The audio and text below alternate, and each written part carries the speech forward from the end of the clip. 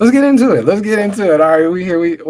Yeah. All right, cool. So we got some people already popping in. Shout out to y'all. Thanks for coming through to the Ohnahji U. Oh yeah, numbers is climbing already. See, you already getting people in here. Let's get it. All right. So yes. I need air horns, all this stuff. Claps. Yes, we in the building. We are live again with the Ohnahji University.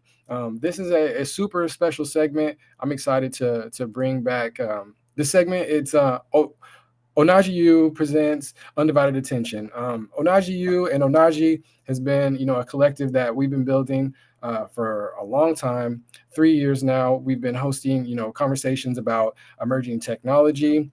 Crypto, blockchain, AI, metaverse, all these different, new technologies and things like that since 3 years ago, 2022. So we started this Undivided Attention space to kind of, have like our own interview kind of style and interview segment, and it's been a lot of fun. So we kind of got away from it. As you guys know, if you guys have been tuned into the Ohnahji fam lately, we actually kind of have been transitioning from X and Twitter over into Twitch, for many reasons, to add like the video element to, kind of get into the content creation game and all that good stuff, but also just to kind of branch out and kind of grow our community a little as well too. Shout out Boss in the building. Yes, Dean 2.0, Boss 2.0 in the building, super supporter of the U. Shout out to you. Thanks, fam. I hope everything's going well. So yeah, so we're back. This is the start of season 2 of Undivided Attention. I'm really excited to ramp these things up, get these things back going. I think the conversation style, the interview styles that we have at Ohnahji and with Undivided Attention is going to do really well, or I think it's going to be valuable and entertaining for you guys over on Twitch and this Twitch community. So yes. All right. So let me get into my little intro. So, we can have my guest over there, hop in because I'm yapping. I'm the yapping over here. Go ahead. No. So I'm Ohnahji B. I'm the founder of Ohnahji and Ohnahji University. I'm just a all-around creative maker, designer, all that good stuff, dabbling in development now and all that good stuff as well too. So I have an incredible individual here. Wow, what out the face already? Go ahead. An individual super important to me, super special to me. This individual here, kind of is one of the reason that I'm here many times over, right? One of the people, one of the main people that I get, my morals from, my values from, my upbringing from. He has shown me so much when it comes to life and how to move, how to treat people, all that good stuff. So a lot of, people who are just meeting me and the Ohnahji crew from, Twitch, or if you've met me through Emerging Tech, or from there, just IRL in life, all that good stuff. It's all a testament to this guy right here. This right, he put his whole thing in here. But Duane is in the building. We can get into some backstory and all that good stuff. But our amazing OhnahjiU Undivided Attention guest for the first episode for season 2 is none other than my pops, my dad, my father, Duane Baden. He's the man. Let's go to hand claps. Yes, we got dubs in the chat, all that good stuff. How are you feeling? Thank you so much for pulling up. What's going on? How are you doing? I'm doing good. Well, I should have had me a code name because now that everybody knows your last name. I was gonna tell you that, but it's fine. No, my LinkedIn and all that good stuff is out there. It's not. It's no big deal. For sure. So yeah. How you feeling? Were you surprised when I asked you? I was shocked and no. Yeah, but the way you put it, you said extraordinary peeps on your network or in your network, and I said, well, wait a minute, I'm not extraordinary. You said, yeah, you are. No, I'm very ordinary. Don't do that. No, don't do that. I'm very ordinary. That's funny. No, definitely not ordinary. Yes, in the chat saying A, W's, hand claps, all that good stuff. This is truly so cool. I'm excited. Welcome to the U. Yeah, Pops, welcome to the U. I was going to tell you put Pops on there. That's what I'd be calling you. Yes, no, we do. We Yes, nah, never ordinary for sure, for sure. I echo that. That's what the chat's saying. Um, yeah, so we can go into it. This is my pops. I'm not shy about me and my age and stuff in the Twitch scene. They call me Unc over here, pops. They call me Unc. Yeah, Uh, I've so been I've been seeing some of your what do you call it? Shout out or what you trying to say you the old man in the group and stuff like that. But hey, you might consider that just because all these young guys coming into the tech and stuff now. With but and you've been doing this ever since college and stuff. Um, but yeah, I'm the old man that you asked to be on the show. absolutely, Okay. absolutely. No, I kind of flirted with this idea for a while with a couple different people. It's hot over here. This is just July 4th getting me in LA. It's killing. But no, I was telling a lot of people, I'm thinking about interviewing my dad, and putting on the show, and they were like, "Oh, let me know. Like, I have to tune in. I got to come through. Let me know ASAP when that's going down." And I was like, "Oh, did you guys have any questions?" They're like, "Yeah, like tons of questions." So no, Okay. especially the Twitch community. Yeah, the chat saying, boss said, with age comes wisdom. These kids need that. Yeah, it's huge facts. And the kids they're super tuned in, super tapped in. They really are, receptive and accepting of just everybody who comes in this stage. I think one of the things that is so cool about Twitch and the Twitch community and like just this new wave of content creators is that they are so welcoming to any and everybody because they know and we'll get into it a little bit like when we're talking tech, but they know the way that this tool is structured that anybody can come in with any kind of topic, any kind of way of life, any kind of whatever they do, and it's valuable to somebody out there. So there's there I've met, just being in the Twitch community, I've met content creators all the way down 13, 14, 15, 16, 17, 18, right, those younger Mhm. teens, all the way up to 50s and 60s. So it's been pretty cool, and everybody's super receptive. But yes, they do call me one of the old men over here. But there's a couple of other people directly in our crew that they got a decade on me, which is really cool as well too. So yeah. So I mean, with that, we're talking age already. Let's get into you. So you know give me your thoughts on the landscape now. You are clearly a father, but you're also a grandpa as well too. Shout out to you. Just hit the retirement stage. So yeah, I love it. I love it. Not the Papa tees. Not the Papa tee. Oh yeah, wear them all over.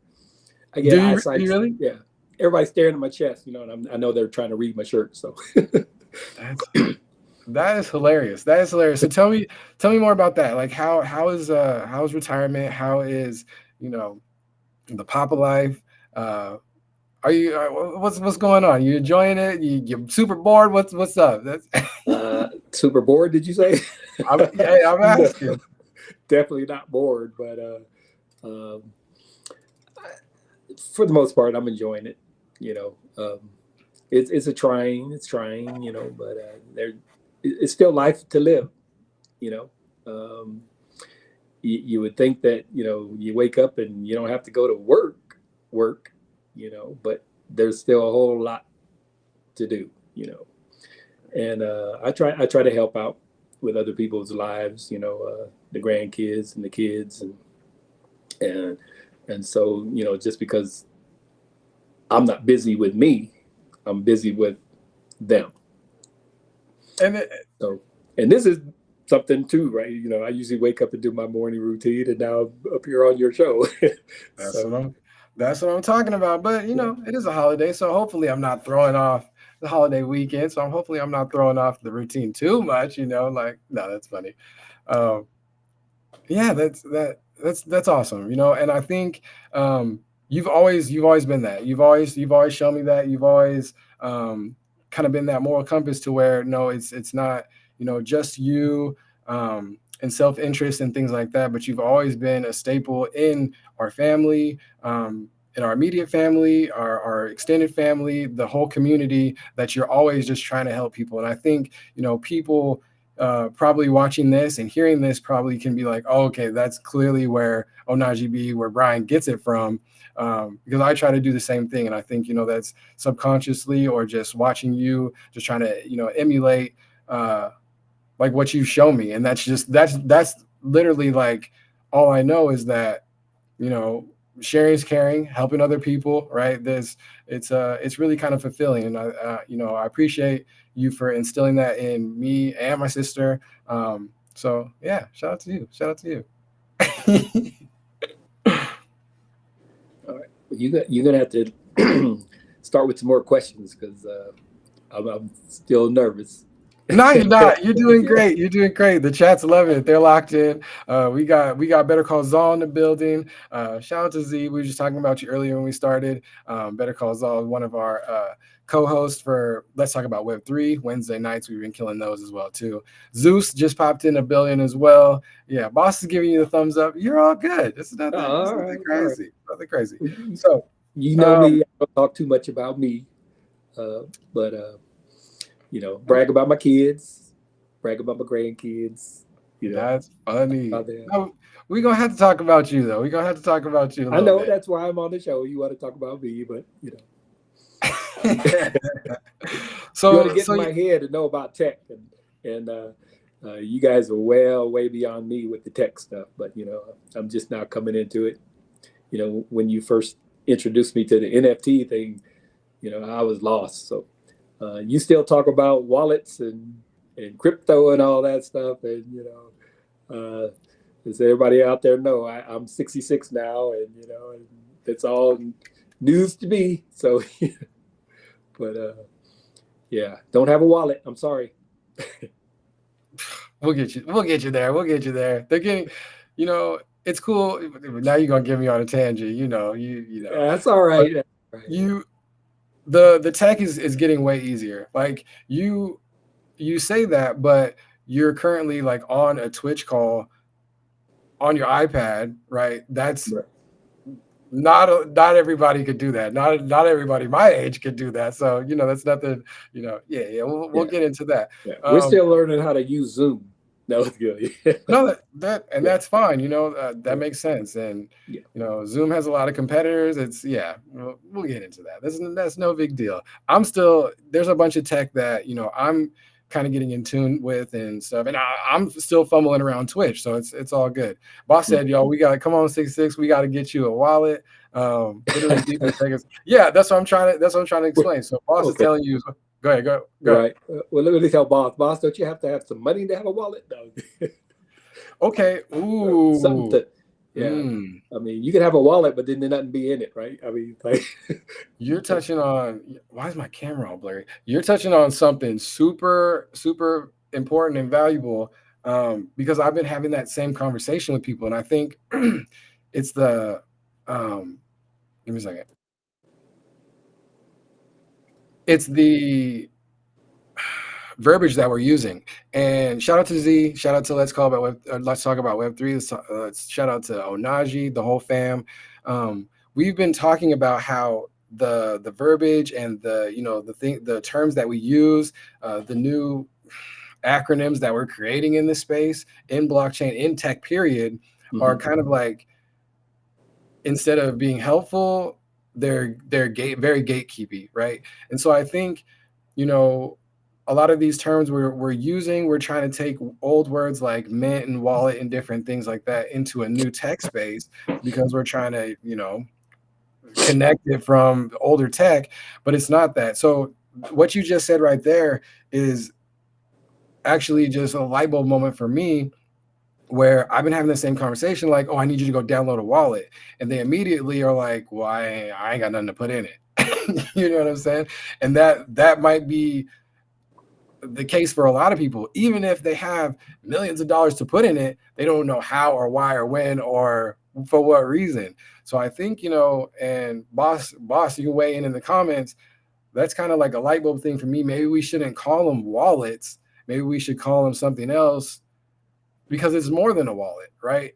It's, I like that. You're onto something big. So, Zeus says, same, we're all learning here. That's why we're here with the Ohnahji fam. Oh, so boss wants to recircle back though. We'll talk more tech. I promise you, because I love talking tech. That's I'll be talking people's ear off about tech. But the first question in the chat said, what's the best part about being a grandfather, being a papa? That people talk about having a legacy, and I think if you don't have anyone to leave, your name and your values, morals too behind, then you really can't have a legacy. So that's one thing. I'm there for my family, my grandkids, and when I do pass from this life, that I hope they remember me for my love to them. So that's what I look toward, having grandkids, and, if I hadn't had any, then I'd have a big wallet. This guy. I love it. No, 1,000%. No, kids, raising kids, it is expensive, for a lack of a better word. Well, there's evidence and statistics and all that to that. That's why some people don't have kids. Right. They want everything to themselves. Not everything, but they want to keep a certain lifestyle, and and if they have to share expenses or their revenue sources to these other little people that they bring into the world, then they wouldn't be able to have those type of lifestyles, so there's a sacrifice in that, but that's what my moral lifestyle is about, to sacrifice, so. I love that. That's epic. That's amazing. And I personally appreciate everything that you have done, everything that you have sacrificed for not only me, but family, for mom, for the grandkids, for the whole community. Yeah, you've always been really a staple for that. I appreciate it. Thank you. And okay, so going back to that legacy conversation, because I've had that as well. I've had that as well with the people around me. And what I would say, like, what age do you think that really like comes into play? Like what age, or it doesn't have to be like a specific number, but maybe like what different milestones and things happen in someone's life where they start to think about those things. Adulthood, Yeah. basically when you have other responsibilities that come into your life that you either planned for or did not plan for. And that being said, when we're talking about, like, my definition of having a legacy, though, especially that moment you first have that child, because you could have planned for it or you couldn't have planned for it, but once you have it, that's a responsibility that you have now. And so therefore you fashion and you position your life to provide for not just yourself now, but for those others you're now responsible for. And you can't have a child by yourself. So the other person that you had the child with, that's also, you're bringing them into your part of your legacy and your responsibility. So, if you intended to or not, we talk, you can hear about deadbeat dads and all that stuff, and moms and things like that, they didn't want it at the time. And so, once it becomes your responsibility, then that's when you determine this is going to be my responsibility. I'm going to have a legacy in this regard. And then, so therefore, to talk about it, also the legacy part of it is, And you can have a good legacy, you can have a bad legacy. And those that don't want to take that responsibility are leaving a bad legacy. Those that want to take the proper responsibility, they're going to leave a good legacy. Oh, word. You spitting. I love it. No, you know, the words that kind of come to mind when you're talking about that is, um, it's like at the root level, right? We talk about, you know, humans and self, and then right outside of that is like immediate family, then extended family, community, and then so forth and so on. Um, that's like the smallest level of one partnership, right? You're bringing someone else, and in sharing or collaborating to share, which is kind of a bar. Not gonna lie, you cooking. So that's what's up. That's what's up. We got some peeps in the chat. I Rose in the building. Said W interview. Yes, W interview for sure. W guest, W interview, W segment. You're killing it. I love it. I love it. No. Great question, chat. Any other questions in the chat? Let us know for sure. But yeah, I think, you know, for me as well, and I can second that. You know, I feel like you are, you know, you are cementing a positive, a glowing legacy, just because, you know, I'm going to try as much as possible to carry on the things that, you know, you've instilled in me, you've taught me, onto the next and next generation. Not only with, you know, we're talking those circles, those levels of, you know, whatever, what's the degrees of separation and things like that. So my immediate family, you know, the extended family, the community, you know, schools, all that good stuff, my work relationships, all that good stuff, and then, you know, building community outside of that as well too. So yeah, and it's all thanks to you. You killing it. So that's, and again, that's one of the reasons why I wanted to have you on here. I wanted to, you know, introduce you to the community, and yeah, it's been a ride. I think, you know, a lot of people, after seeing this, are gonna be like, okay, a lot about what B does, it makes sense. Like I see it. So um, very cool, very cool. Um, yeah. So I mean, you know, in we're all about helping people out, giving them the game. What um you know, we're talking about, you know, those milestones, and I agree, like having a child, bringing another child in, you know, doing that partnership, because you can't do that alone. Starting a family, right, is, and you mentioned like adulthood and things like that.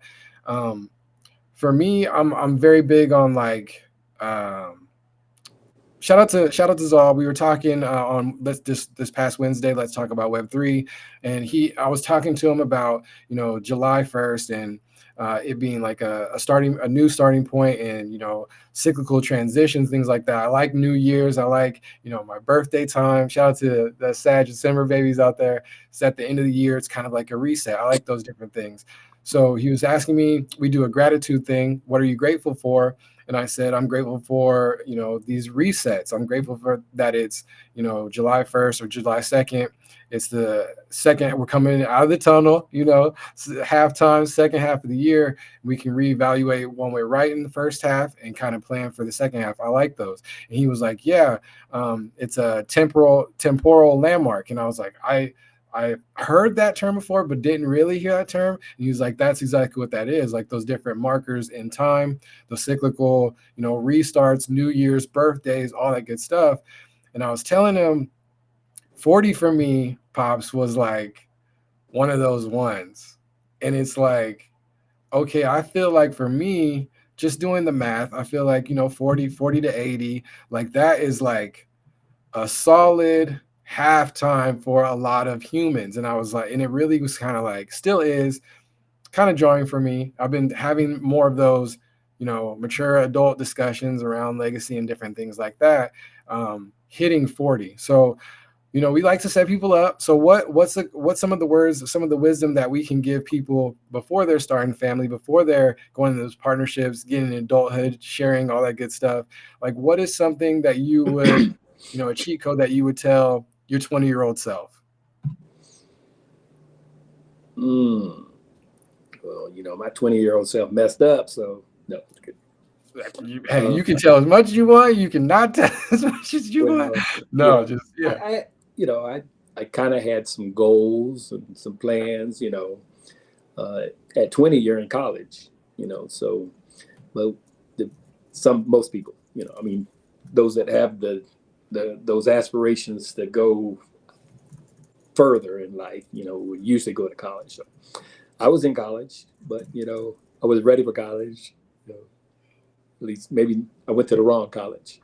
Some colleges are party colleges, universities and things. And so, at that age, you want to get social and you want to get involved with, um, maybe the fun and party life or whatever. And so I guess, you could say that was my downfall, experimenting with the party scene, and not the study scene, which, I was strong in high school at making sure I, stayed on top of my education and, the getting the good grades, not just trying to get by, trying to aspire to be the best in the class. And, it's kind of like a competition thing, just like athletes, they want to be the best on the field, well, me, I want to be the best in the class, so I was doing that thing. But when you get to college or after high school, you think you're an adult now, or you want to go do your thing, I want to have fun now and stuff, and if you let go of that desire to do well in education, you can fall short. But that being said, if you have other things to fall toward, I never lost my faith, so fall back, not so much fall back on that, but, God will provide, even in your failings. And so if I didn't aspire to do as well as I wanted to coming through college, I would say, he made a path that I could still go forward, have a career,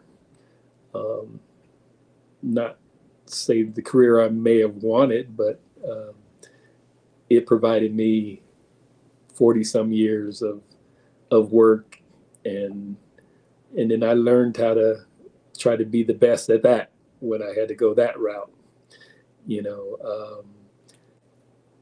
Those that do have aspirations to go further in life, the young ones coming out of high school, I would start there.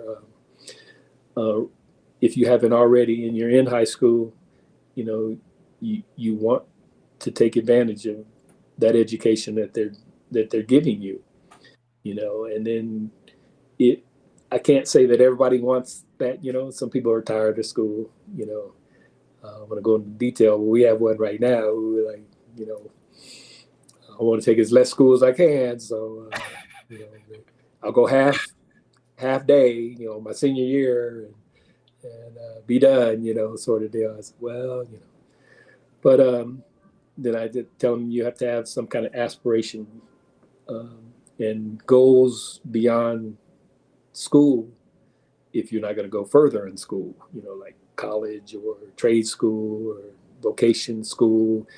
Some people get tired of school. I was tired of school after how many years has been. I've been going to school since I was 3 years old. Back in the day, they put you in school, preschool, Right. Parents and stuff, they say, well, we got to have 2 jobs. So kids, you got to be out to school, So that's how it is now. I know some 2-parent families, they have to have the 2 incomes and stuff, those I feel for and pray for, I mean, if you could get down to a 1 income family and somebody can stay home with the kids, that's a desire, that was kind of the American dream, the American life, that, nowadays it's not possible unless, you want them tech giants or whatever in Silicon Valley. I don't know. But that's what you guys are aspiring to be, right? With your tech stuff, maybe. I don't know.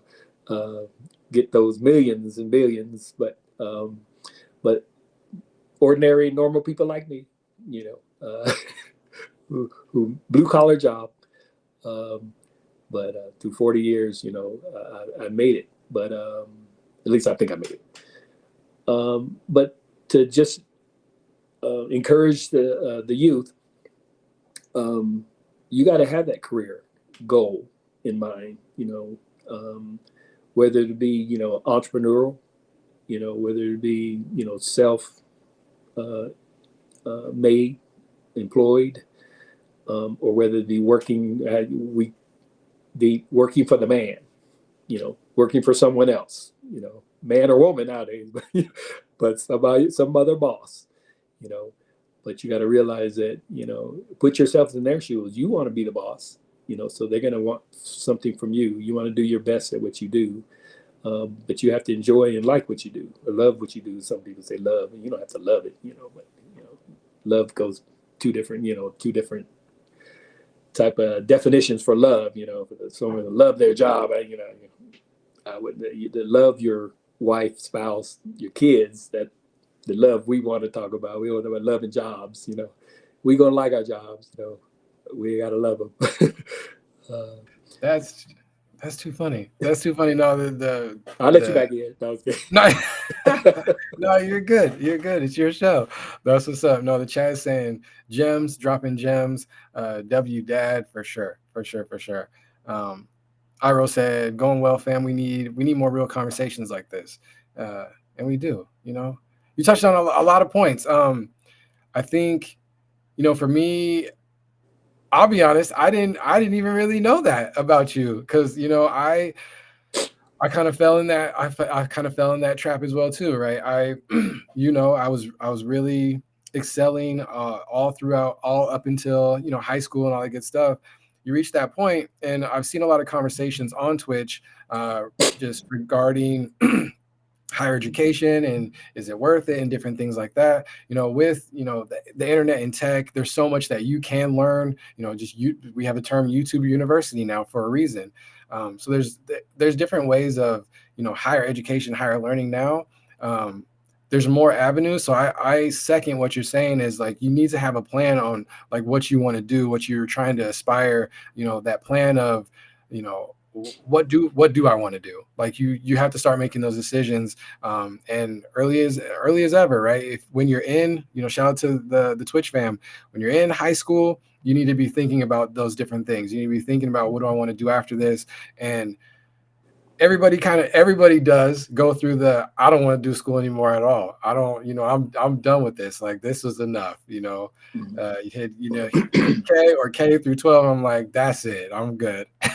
But you really do have to have those conversations within yourself, within your family as well too. Just like, what do I want to do? There's a, shout out to Boss 2.0, heavy in Japanese culture. And I don't know who else in the chat is, diving into Eastern culture, Japanese and stuff like that. But one of the terms that I'm really kind of like gravitating towards lately is ikigai.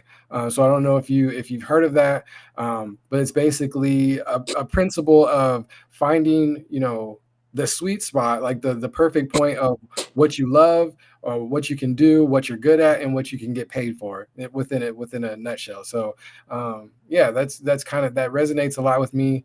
I didn't know that about you because I kind of fell in the same trap. I went to school. For me, after high school, I was trying to go to, a big Ivy League, and that didn't work out. And it was kind of like, Boss said, I was definitely thinking about ikigai when Pops was speaking earlier. Yeah, facts. I was trying to get like to an Ivy League, I was trying to play sports. I was trying to do it all. That's kind of one of the pitfalls, for me personally, is like, I really be trying to do it all. I be trying to dabble here and there and do everything, from music to art to graphic design to whatever to, I'm trying to, sometimes people will criticize me and they'll be like, you're just trying to throw everything at the wall, see what sticks. Mm-hmm. Maybe sometimes. Yeah. I mean, I would agree at times. But it's hard for me because like, I feel like there's so many avenues, so many different things that I would love to do, like I would love to do music full-time. That's it. I would love to do like graphic design full-time. That's it. I would love to do tech full-time. That's it. There's a bunch of different avenues, but when you don't pick a lane and you're just like a jack of all trades, it's kind of a pitfall, right? Somebody in those specific areas is going to zoom past you. And like you said, you're going to end up working for somebody else instead of, on your own dreams and things. So, yeah. Well, on that subject, since, I'm share this, I was a UPS driver. Shout out to the boys in brown, man. No, that's big. That's right, big well, time. God provided. I had to work, raise some kids, and labor job. I'll tell you that. So I put in the work, But anyway, as a driver, and I was in an industrial area, even besides that, you deliver and meet a lot of business people. You don't often run into a lot of the owners, but when you do, you come to find out, they're ordinary people. Most of them, a lot of them, didn't have, and I'm talking about businesses like HVAC, air conditioning places. Let's see what else. Like regular businesses that household people need. Plumbers. The plumbing businesses, and I can think of other ones. The kind that people say, well, I never thought about going into that type of field. And most of those people that are in those fields, they usually go to a trade school, or they just get a job there, and then they, I don't know if you call them apprentices or whatever, but they basically learn on the job. And then a lot of them, the stories that you hear is that I've been working here, or I've been working for my parent or whoever it was that owned the business or whatever. And they basically either took over the business or they started their own. They ventured out and they broke off from that company and went and started their own. But one of the things, as the 40 plus years that I've lived here in the Reno Sparks area, it was small back then. You consider it small. It was bigger than some other rural towns and things like that, but it was a small city. And now it's a grown city, and I came up from Vegas, and that was small when I was there, and it's way too big now. And I moved out of there, early. Then when I go back, I said, this is not Vegas anymore. This is LA. This is New York. This is huge, But the thing that I've learned through those years is, if you want to have a successful business, or if you want to even have a business, is you have to start it in a small town or a small city. Be the first to start it up there, and then you make your clientele, and then when the city grows, your business is going to grow because the clientele moves into the city, and so those successful businesses that I've run into, delivering to whatever, these are the stories that they started, or their parents started it, or when the city was small, and then they were the ones that had the first HVAC. I'm going to use that example, a business in the city, and they may have came from some other big city, bigger city, I would say, Minneapolis, I'll use, came to Reno or whatever, and started their HVAC, and then now they're the biggest HVAC in that city. They may have some competition, from other people who did the same thing, but they're the known name or whatever. And then, but that's those young people who don't want to go into tech or go further education, whatever. You want to get a business like that, but you have to, I don't use the word love. That's the field that you're interested in, you like doing, the hands-on type business, whatever, whether it be, I met the owner of, I don't know if you guys heard of Fast Glass. Is it Fast Glass? Yeah. He basically, the guy that owns it, he was on my route. He lives on my route. Nice house, But, he basically, started the business from scratch. People that the glass, houses, cars, or whatever, All right. And now he actually owns all the fast glasses in northern Nevada, Vegas, southern Nevada, and I think he's ventured over into California as well. But that's how they start, So I mean, pick something that that you want to do, but you got to realize that you may not be able to do it in your big city that you live in. You might have to go over into some small up and coming city, whether it be a suburb, or some city that's actually got some growth in its future, but that's how you can start, maybe your business or whatever. And then people, like you said, they're not jack of all trades. They only do one thing, whether it be cabinet making or HVAC or plumbing or fast glass or, and things like that. But everybody wants to get into the tech and get into the computers and get into all that, but that's not everybody's, forte or whatever. Everybody don't have the brains like Ohnahji B, or Wow. got that tech brain going on up there. Some people will work with their hands, And I'm seeing a lot of that too. I'm seeing having kids, having the grands in high school. There is a return to like trades and trade schools and things like that, where we have to have people that are running these. I think some people call them like unsexy businesses or something like that, like the pool cleaners, the HVACs, the glass makers, different things like that, the plumbers. But it's highly super lucrative, right? It's interesting, and I know, I'm thinking, and I know people in the chat are thinking as well too. It's like we'll get into some of those questions I was pre-asking you before we went live. A lot of these kids, a lot of us are like, immersed in the internet now. So when we're talking about like,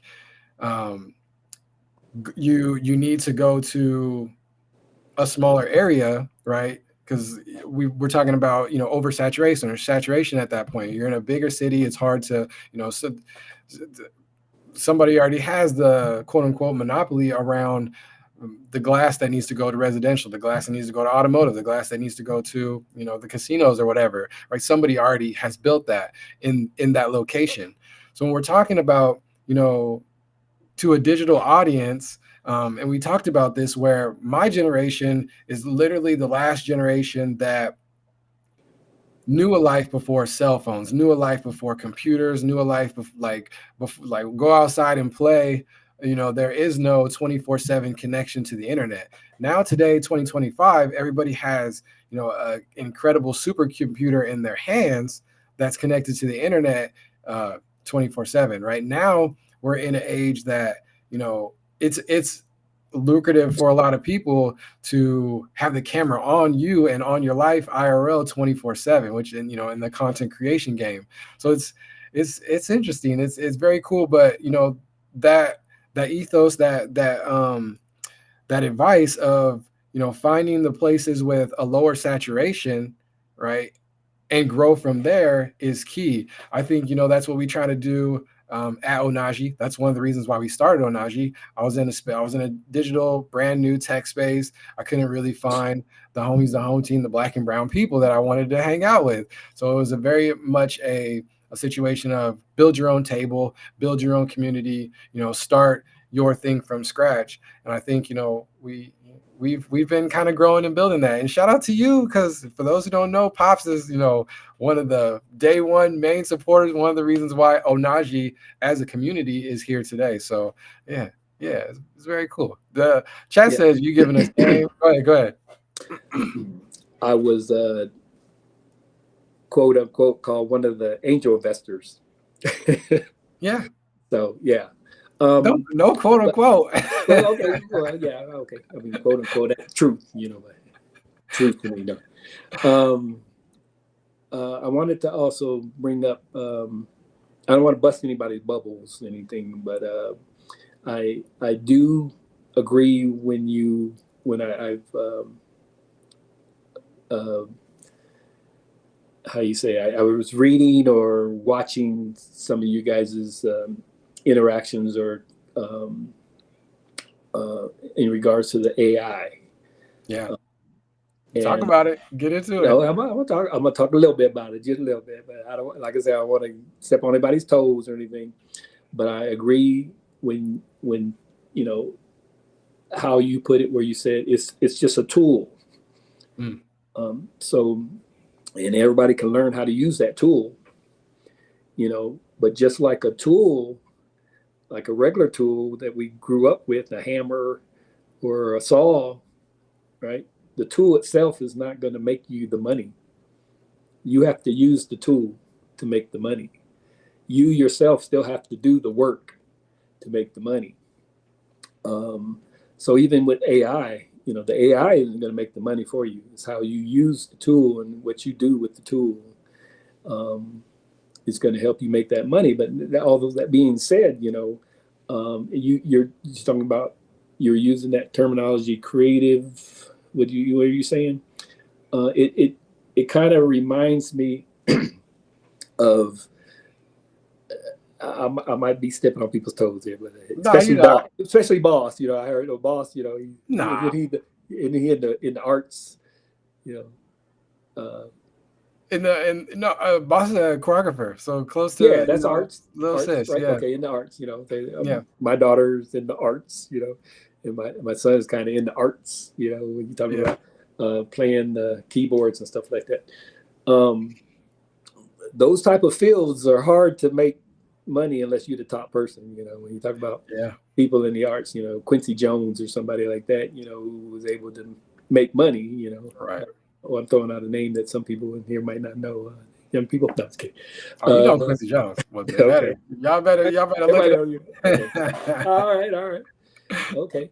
But I almost forgot where I was going with this. You was talking AI, you was talking the Yeah, art. yeah. Well, using tools. I mean, the artist. You know, um, it you need a big audience to really make money in the arts, especially when you're talking about, I guess, when you talk about people with the YouTube, what do you call those people, influencers and all those type of people, that they have to have so many followers and things, that was called, to make money on those type of sites and things like that. So it's talking, the artists have to have a larger audience, I think, to draw in their income. And when you think about the people on Broadway, when I know a little bit about this, because my daughter Okay, flex. works in that field, but I mean, everybody, I mean, those people in the arts know, it's the top people that make the big money. Tom Cruise, and he signs for a movie, he gets the dollars and the big trailer and all that good stuff on site, and all the other little uh, sub people in the movies or whatever, they make little change compared to what he makes. So it's the Yeah. same in the other fields like Broadway or whatever. It's the principal uh, uh, performers that get the money we're talking about. Oh, you need to Right. make that kind of money, and it's the other people, the ensemble people, that make kind of like what us blue collar people make. So it's like, or so I guess Yeah. it could, white collar versus blue collar type thing. I don't know, but in the arts and things like that, in those type of fields, um, that's why I say, like, if you wanted to, the young people, when you're starting out, um, I I'm gonna sidetrack a little bit here. Those people that play instruments, you know, um, I would encourage them to get good at it. You know, if that's their their love, or their career choice, and to not think that you got to be in some kind of band or play for some major performer. I was thinking of somebody's name, but I can't come up with one. Some young, famous person out there. Give me somebody, Taylor Swift or somebody like that. Taylor Swift is a wild. No, just kidding. But yeah, go ahead, one of her band members, whatever. You're gonna get some. You're gonna get some money. But when I go to concerts, not so much concerts, orchestras and things like that, and the people in the orchestra, these people like are my age and older. They still playing and making money. Yeah. Making a living, I guess you would say. Not making money, but making a living. So you can make a living playing an instrument, but you have to realize it may not be lucrative. You might just be in somebody's orchestra, the city orchestra that plays throughout the city, every city performance. That's your job. And so you can. That's a career choice. But now to go back to what I was trying to say is like what I meant by sometimes you have to leave the big city because like you said, it's saturated as far as the people are already trying to do what you want to do there and go to a smaller city. I understand it's going to be ultra hard for people in tech, people in the arts, because you don't have the audience base, you don't have enough of the viewers, you don't have enough of the followers in small cities. But what I was trying to lean toward is that maybe that's not your that couldn't be a good strategy for those people in the arts or in the tech, unless they're just, like I said, go people in the arts and they go play instrument or something. But I also see people in the arts who like maybe bosses, a choreographer or whatever, people who open up dance studios in small cities and they're the first, then they can grow like that, that type of,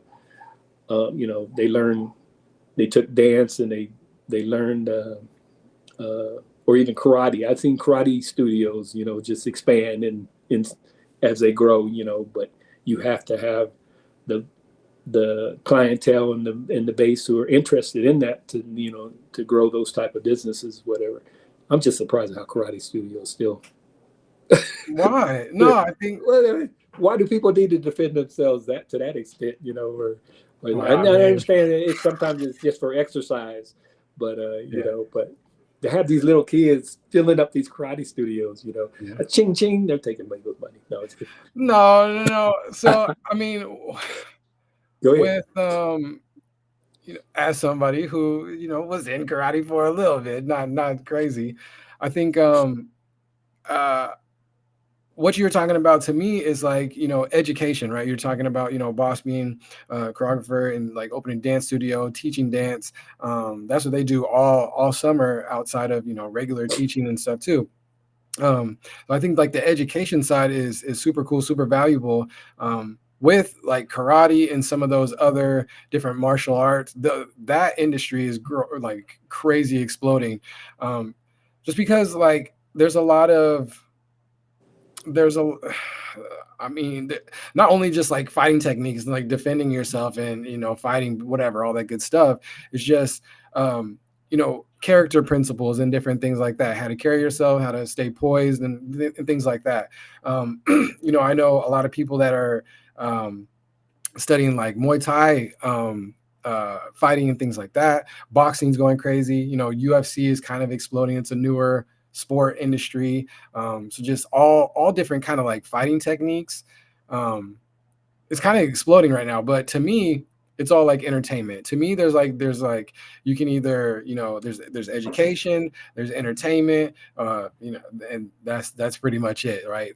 You're either making something or you're consuming something, and especially like in a digital realm, like that's where we're at as humans. So I don't know. I like karate. I think it's cool. I think it teaches a lot of tribal community, different things like that. A lot of people meet a lot of friends and lifelong friends through those different activities, those different extracurriculars. I think to me, it's just like another sport, like, a football, basketball team, soccer, whatever. You got karate and karate studios, but yeah, it's cool. I think it's interesting too, because a lot of like, to me, the digital landscape, just the evolution of internet, and we'll get into that. I definitely wanted to get your opinion on that, but we're starting to connect globally a lot easier, a lot faster. So I'm seeing a lot of like, Eastern culture being able to influence Western culture being able to influence Eastern culture, and everybody in between, right? We're able to have a more diverse global connection and learning about other people's cultures. And I think that's beautiful. I've always been like a strong proponent of diversity, and just being in like blockchain tech, emerging tech, the, metaverse, whatever, just connecting with different people in different time zones around the world. Like, my network is growing with so many people, in the UK. I mean, people from Australia, from, the Middle East, and the continent, Africa, all that good stuff. Like, it's been pretty interesting. It's all because of the advances in internet, in digital communication and connection.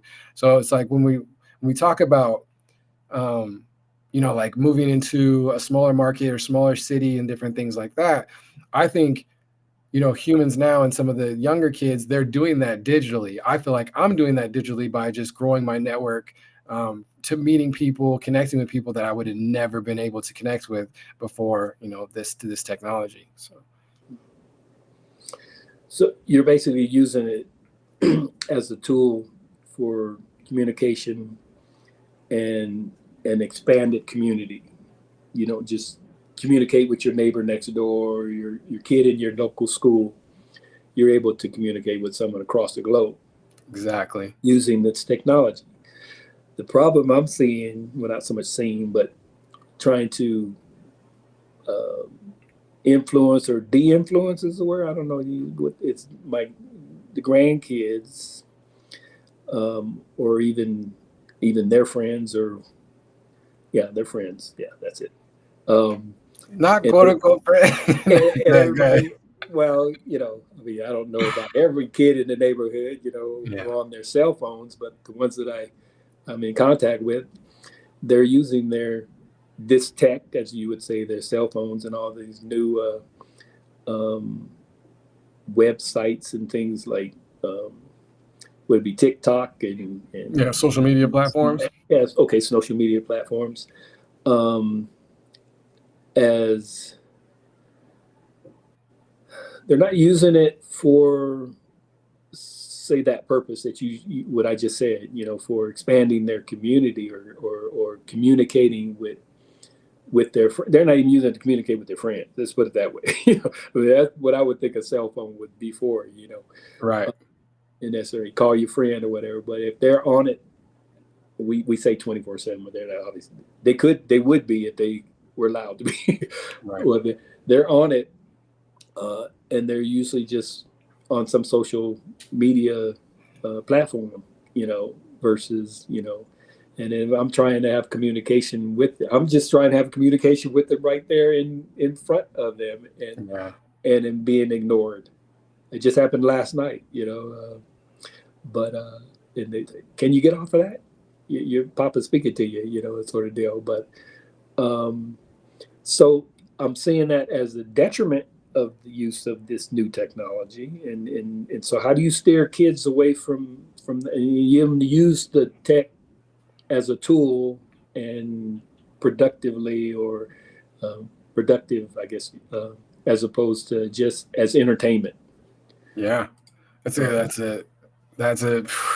You touching on where we're at as humans and technology, and this convergence of, we've had this discussion many times, and I feel you. Like, I've seen different times I've been out, and you're in a IRL was what we call it over here, in real life. You're face to face in front of people, or you're face to face in front of a group of people, and people are just down in their phones the entire time. I think, something like very valuable to point out is that these tech companies, these social media platforms, they hire the biggest, the brightest minds in development, in math, in algorithms, data scientists, psychologists, to keep people in front of the screen 24/7 as much as possible. That's their job, and they get paid. We talking about people in the arts not getting paid or whatever, symphony or the first, second chair on the flute, whatever. The people making big bucks are these engineers who are designing these platforms that are designed to make you keep your eyes on the screen no matter what. And there's multiple socials. We're talking 10, 15, 20, 100 plus different socials that are doing this, and they're hiring $100,000 salaries to multiple engineers to design these platforms to do that. To the point to where there's people on these platforms, they don't let their own kids use them.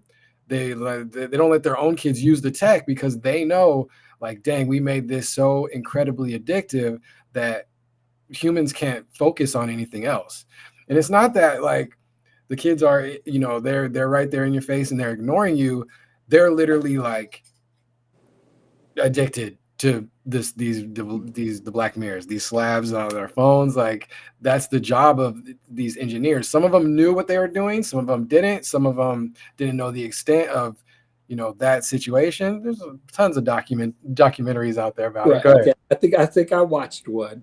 Okay. So this should be a good subject matter that should come up in all of these, like your platform here now and others to come. Yeah. Is to call them out, I guess.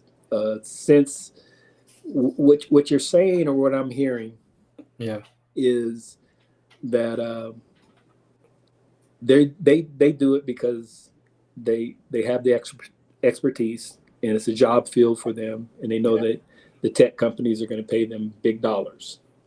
Okay, but what is your where are your morals and what's your ethics that you would do that? And for maybe us with morals and ethics would call you out and say that you're basically the enemy. You're basically the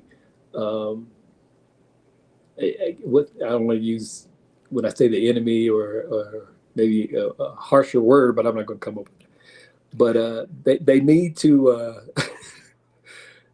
they need to get their own value. Like you just said, a lot of them won't let their own kids because they know that it is an addiction and it's a bad influence versus a good influence, to keep them occupied where they're not constructive. They become lazy individuals and they become, unaffected. I mean, the workforce won't hire you if you're too busy on your phone. You're going to burn the hamburgers at McDonald's. Whatever. Not the hamburgers, not the patties. They won't allow you in there to work with your phone in your hand. So no different than I couldn't drive and deliver packages being on my cell phone. So it's not something that's going to be beneficial to their career life. When they start this at the age of 5, 6, and 7, when they're on these phones. So there's got to be a way to, like you use education and educate. I understand that our schools and they did the lock up the phone thing. They tried to do it actually. When they get to school, all phones have to be off or whatever. But then you're going to have another incident like the school shootings or whatever, and then the particular names of them, Columbine or some other ones or whatever, where the parents are going to sue and say, well, my kid wasn't able to call me when he was in, dire straits, so those aren't going to work, so it's got to be another education way of be off your phones to get educated another way, because the phones aren't educated. You're not on that phone to be educated, but when you're in school, you want to be educated. So when you're at the dinner table, you want to eat, but you're supposed to be eating, but when you're sitting there with phones in your hands, and everybody's being entertained or being, like you said, addicted to whatever they're watching and doing social media, whatever. Watching a TikTok is, I don't understand that. I mean, there's no education. A lot of the TikToks are trying to be educational, but Yeah. then basically the majority of them are just entertainment TikToks. Yeah. YouTube used to be entertainment. I mean, not entertainment, but is where I go with YouTube University when I try Right.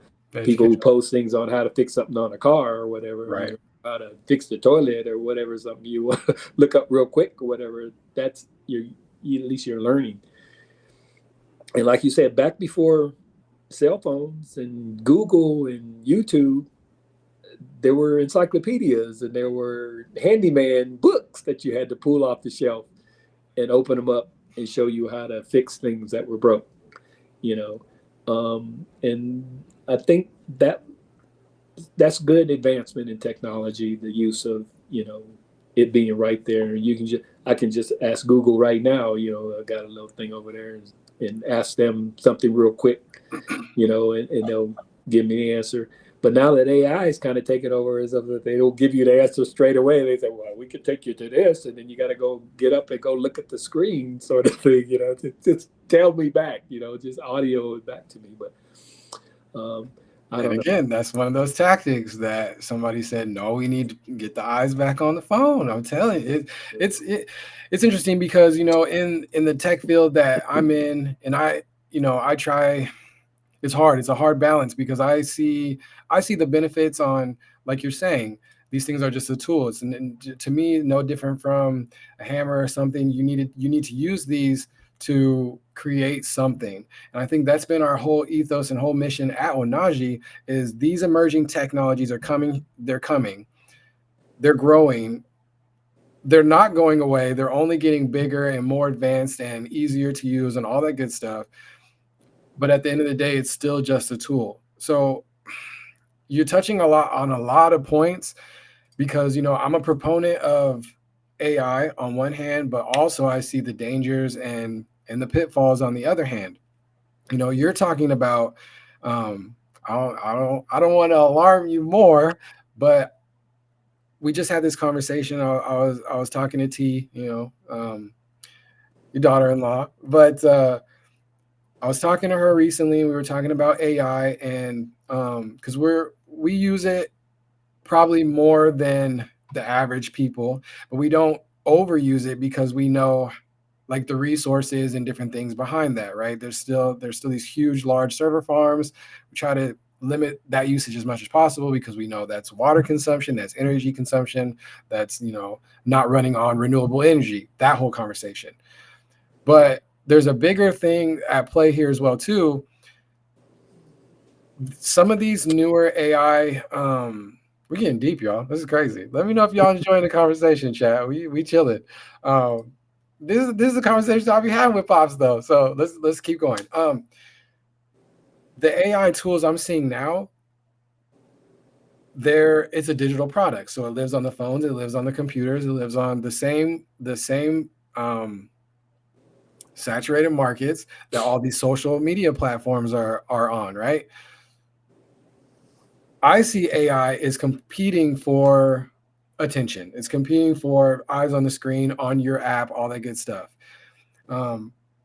AI now is to the point where there's a lot of people out here who are kind of way overly dependent on it. Some people, there's been, I actually found this through, GPT. I was asking, hey, are you able to tell me like at any given point what the top 5 or top 10, whatever, top topics that people are discussing or talking about using GPT?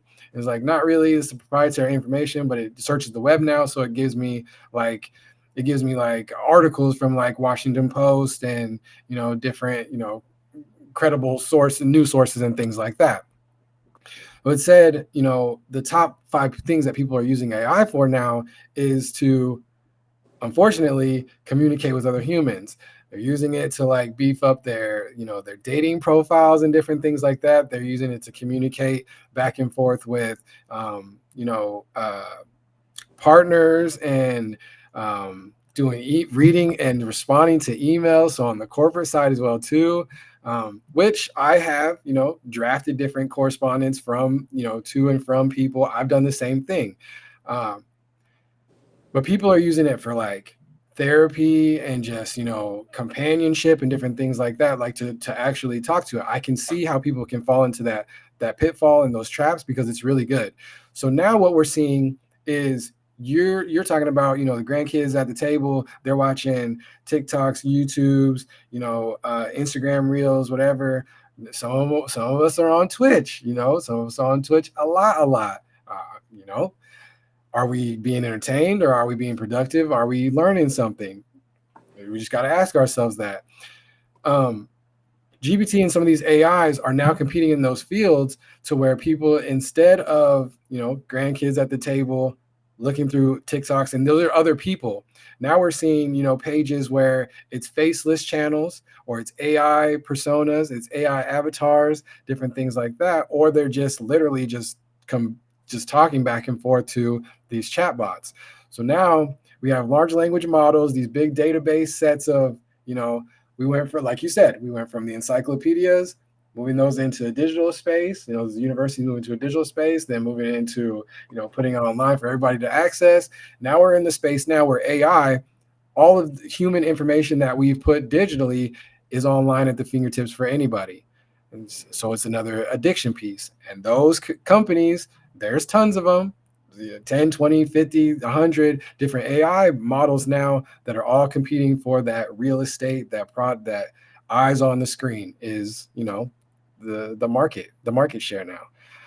So it's scary, but on one hand, I'm teaching people how to use it, but I'm trying to teach people how to use it for, make. Now I got Siri in the back. See Siri in the back. Siri, stop. That's crazy. That's like we're in a wild time, y'all. I'm telling you, we're in a wild time. So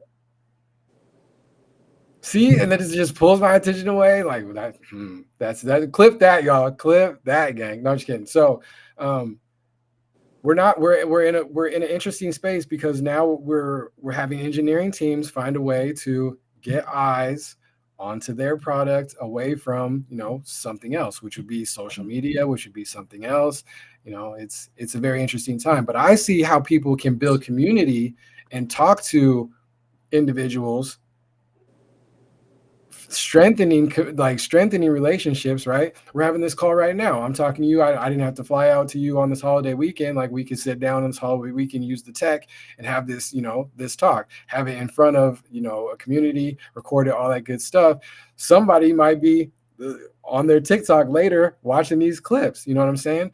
So it's like what do we do? On one hand, we're using the tools, we're using the tech, but on the other hand, we know that some people are either too addicted to it, can't get off it. The ADHD is going crazy. People can't focus, they can't concentrate, different things like that. Or are we using it to help humans connect with humans and build, their families, communities, businesses, brands, and be helpful with each other? I don't know. It's hard.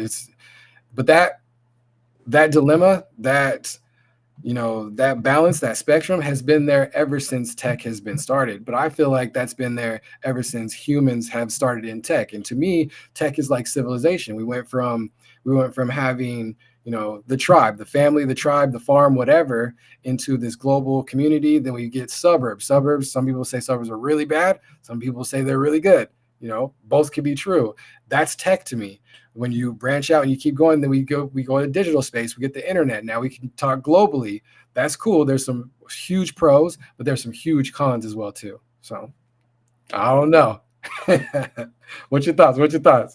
Well, you. My fault. Go ahead. Yeah, Get in there. I got three different thoughts going right now. I'm going Go ahead. See if I can remember the first one later, or remember the one right now. Okay. Yeah.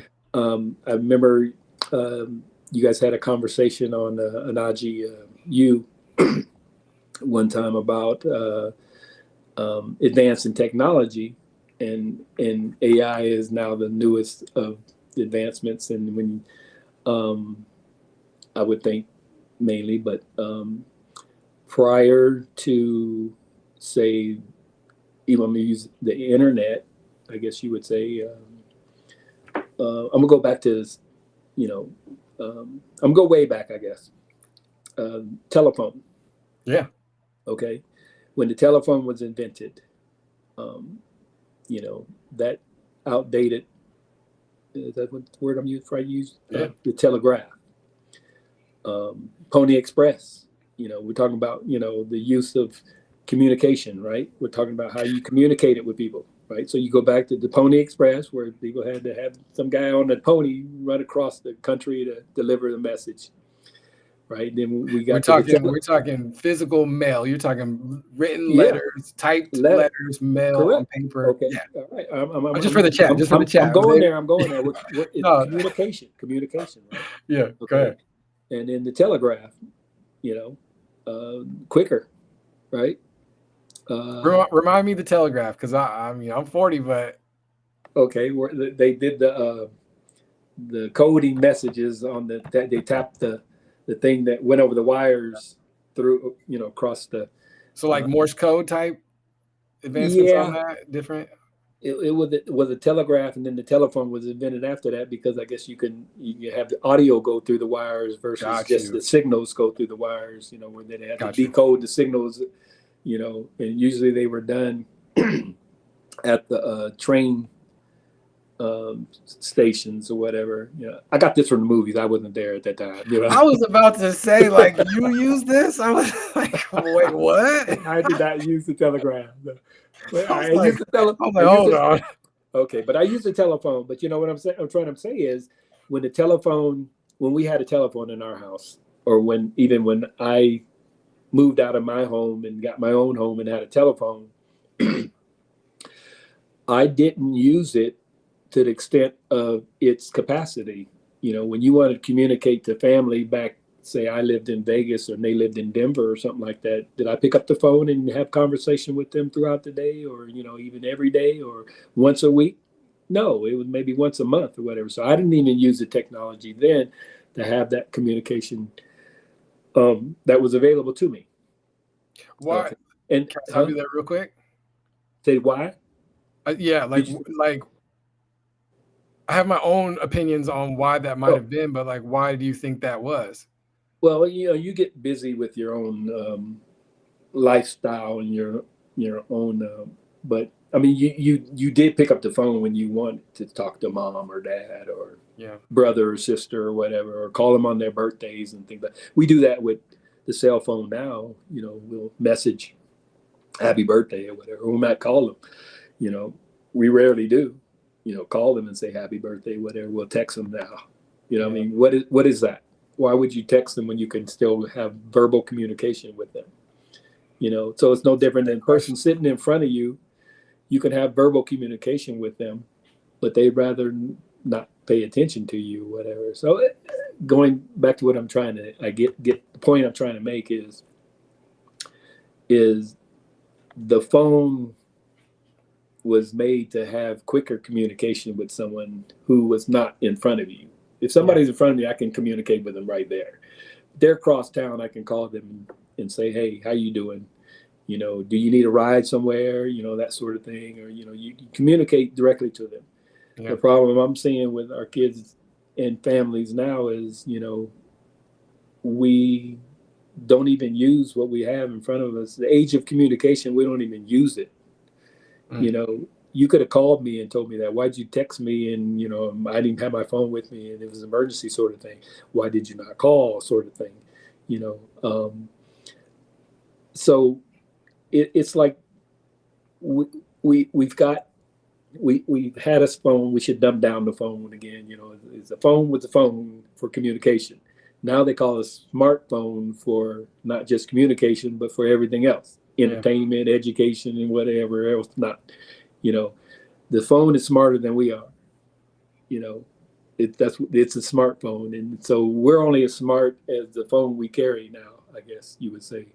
That's where our smartness comes from. I get my smartphone and I said, I can do things on here that makes me smart, but I'm not really. I don't use common sense. Where they was smart, Where does the definition of tool then, like? Because if I'm we'll go back to the hammer. If I'm building the house with the hammer, it makes it easier to drive the nails and things like that, right? If I'm building a house without the hammer, I can do it. I can use like a stick or something else. I Before don't the know. hammer was invented, yeah, that's what you use. Right. Or like, again, Stone. Japanese techniques, like they would cut the different intricate joints and patterns, and that's still a practice today. Mhm. But at what point because I hear what you're saying, like, we'll ask somebody in front of us like a math question, and they'll immediately whip out their phone and put in, the question instead of immediately going to their head like, oh, I know the math on this. The phone, for certain problems might be faster, it might not, but it's kind of become like a crutch just in that simple thing. Like, I'm in the grocery store and I'm like, I don't know if I should get the small box or the big box, whatever, the price per I don't know, the price per pound or whatever. People are just like going to their phone, or they're not doing it or whatever, just simple math problems that They're we in the wrong grocery store because it's on the. it is now. That's a new Oh. thing, because people were like, we need to have that on. That's a transparency thing. But it's a different. Okay, So go ahead. at what point does, like, because I agree, the phone can do so much, and I think we lean on it as a crutch as humans instead of trying to figure out the problem in our heads first, and then like maybe using the phone to augment or help that after. AI is only widening that problem, because people are like just going straight to their phone for everything. Sometimes it's helpful, sometimes it's not. Like on my phone, I have a shortcut button on the side. The shortcut button on the side, I can pick the app that it goes to. It goes to Arc, which is a browser with AI in it, and I can ask it any question, and it tells me. I was on the couch the other day with one of the grands, and we were watching, a commercial came up about a bank, and I think it was like Bank of America or something like that, and he said something about Bank of America, like, oh, like, I don't know, he was just like, what's Bank of America or something like that. And so I did, instead of going to my brain and telling him what I know about Bank of America, I went and got the immediate facts for Bank of America. I hit the shortcut button on the side of my phone. I was like, watch this, what's Bank of America? Boom. And then I read it to him. And he's like, oh, okay, cool. And then he started asking more questions. He's at that age, 13, where he's asking questions on everything. And he's like, oh, like how big is it, or something like that. So I tell him, boop, and I was like, okay, yeah, I was telling him what I think. I was like, I think it's like one or two largest, banks in America, or whatever. I go to the phone, to confirm for whatever reason, I'm confirming what I know. So we had this conversation. It was cool, maybe. Like, that was a cool way to use the tool to have that conversation IRL with someone. I don't know. Like, would it have been better for me to just tell him what I know about Bank of America and that's it? Or is it better to go get the immediate facts? Like, that's the juxtaposition that we're in now, because we can have all of the immediate facts at the press of a button instantly now. I don't know if that's a good thing. I don't know if that's a bad thing. Right now we're discussing, like, if that's a crutch, like humans aren't thinking for themselves anymore at all. That's bad. Okay, well, we have public school systems still in the United States of America. Yeah. Other third world countries, whatever. We the third world now. Well, okay. What I'm trying to say, we're supposed to learn whatever language that, if I was in Japan, I would be learning Japanese, Maybe. At an early age, how to read it and write it and everything like that. It's no different than America. We're learning English. Some people are. Come on, yeah, I'm in LA, so I mean, Come on now, I know what you got to go. Yeah, okay. I use Japan. I could use Mexico and for down there or whatever. But anyway, United States, I learned the English language.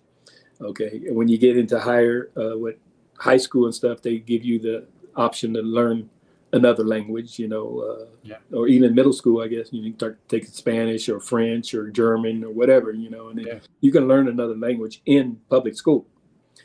If you don't already know it in your own house because you have somebody that speaks it or something. Right. Okay. But at what point in your youth do you not really, or have you not really learned it enough to the point where you just said you can ask AI something and it brings up something in writing and you're not able to read it? Then you're not an educated person. You're not able to use that AI in that regard, that you were able to say, read who Bank of America is or what it was and all that stuff. So you still had to have some type of education.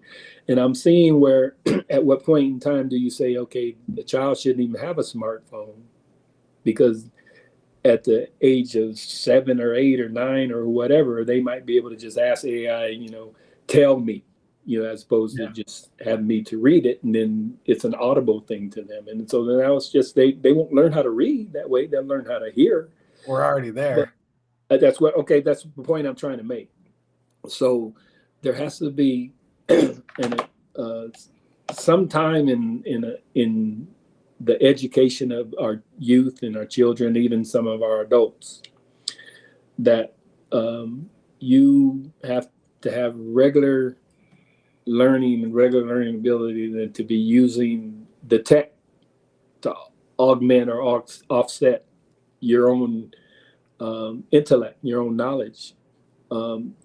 Before all this new technology, like you said, there was always, you had to learn how to read and write to better yourself.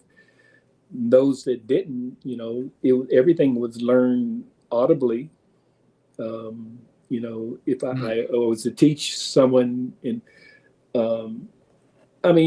can go way back, from the movies that we've seen or from the writings that we read, that those that didn't have schools or were taught, I guess I'm just be straight up front with my knowledge of what happened, or what of history, is that slaves weren't able to read or write.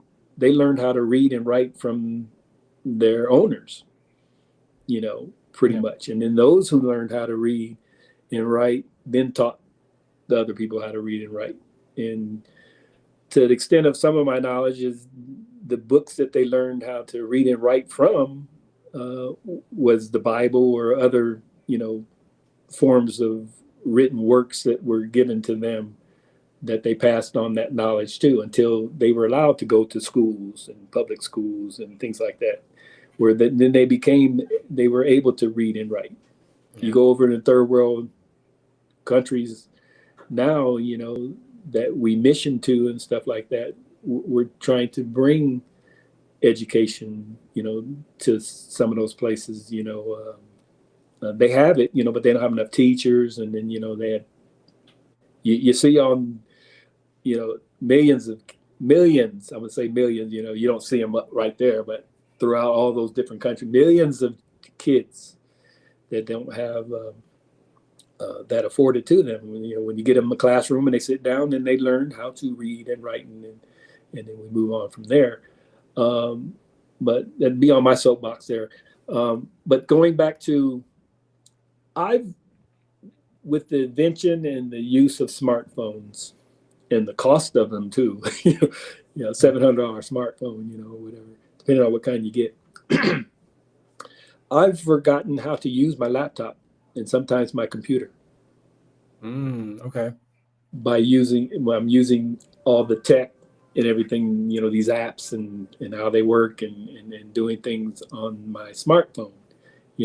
When I had to print something out, I would go to my computer and go into the web page or whatever it was, or go into Word or type something out there and then hit the print button, go to the printer or whatever. And now I don't even do that much anymore. I'll go to get my phone. I can do a screenshot of something, or take a picture of my insurance claim and just hit the print button on that, and it goes to the printer, from my phone or whatever. And so I'm forgetting how to use a laptop. It's almost like, I use a pad now, and whatever. I don't like the keyboard type situation where you got to touch, where you used to have a keyboard and things like that. But that's the thing with, I would say, not so much the misuse of smartphones, but the ability, you're skipping a step into the use of a smartphone is just to have, I would say, encyclopedia right in your hand. Easier to, you don't have to flip a page. You can just go hit Google and put it into search, or you can now, like you said, just ask AI and it'll go there for you or whatever. But I still have encyclopedia upstairs in my swag. Actually, I don't. We took it down and it's in a Wait, box. what? Wow. Well, it's in well, yeah. Independent era. That's great. No. Okay. Hold on. Let me Yeah. Do it. We wanted to donate it to school, you Yeah. know, but even like you have to find the right schools that even want to still use encyclopedias. It's like everybody's got the Apple laptops or any other things that are donated to them, as far as the technology goes. Yeah. So, some people don't even want the books anymore, right? Or encyclopedias, I would say. But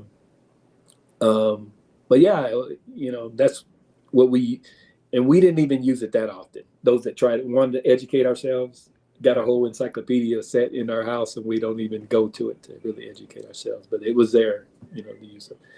And I guess I envy, I guess you would say, those kids or cultures, I guess you would even say, that basically they got their education because they would read the encyclopedia, the dictionary from front to back, or how you say, they go through the encyclopedia and those were, I would say, the intellects, because they put the information in their own head by reading it for themselves, and I kind of envy them because I wish, I was able to do something like that, but right. I wasn't motivated, or I didn't have, that, desire to do. I had to be forced to do that when I was at school. You guys go to the library and get this research project done. You got to go research it and go read up on it, and things like that. But we don't even, I guess, force kids to do that anymore. Read for themselves, learn for themselves. You are touching on so many topics, like, just because my mind goes to like just human evolution. Why is my camera so blurry? Oh my god! I know, you went blurry on us. So, because they knew I was about to cook. No, I'm just kidding. Dude, see, and that's another tech thing that like that shouldn't matter at all, but it does to me. You know what I'm saying? So there we go. Okay, so you touched on so many things. We're talking about, and I think, shout out to the chat. They rocking with us. The numbers are going crazy. You guys are amazing. Like, the chat has been tuned in, locked in, because they haven't really been asking that many questions. Oh, they're saying, who's this old guy? No, that's pops. They know,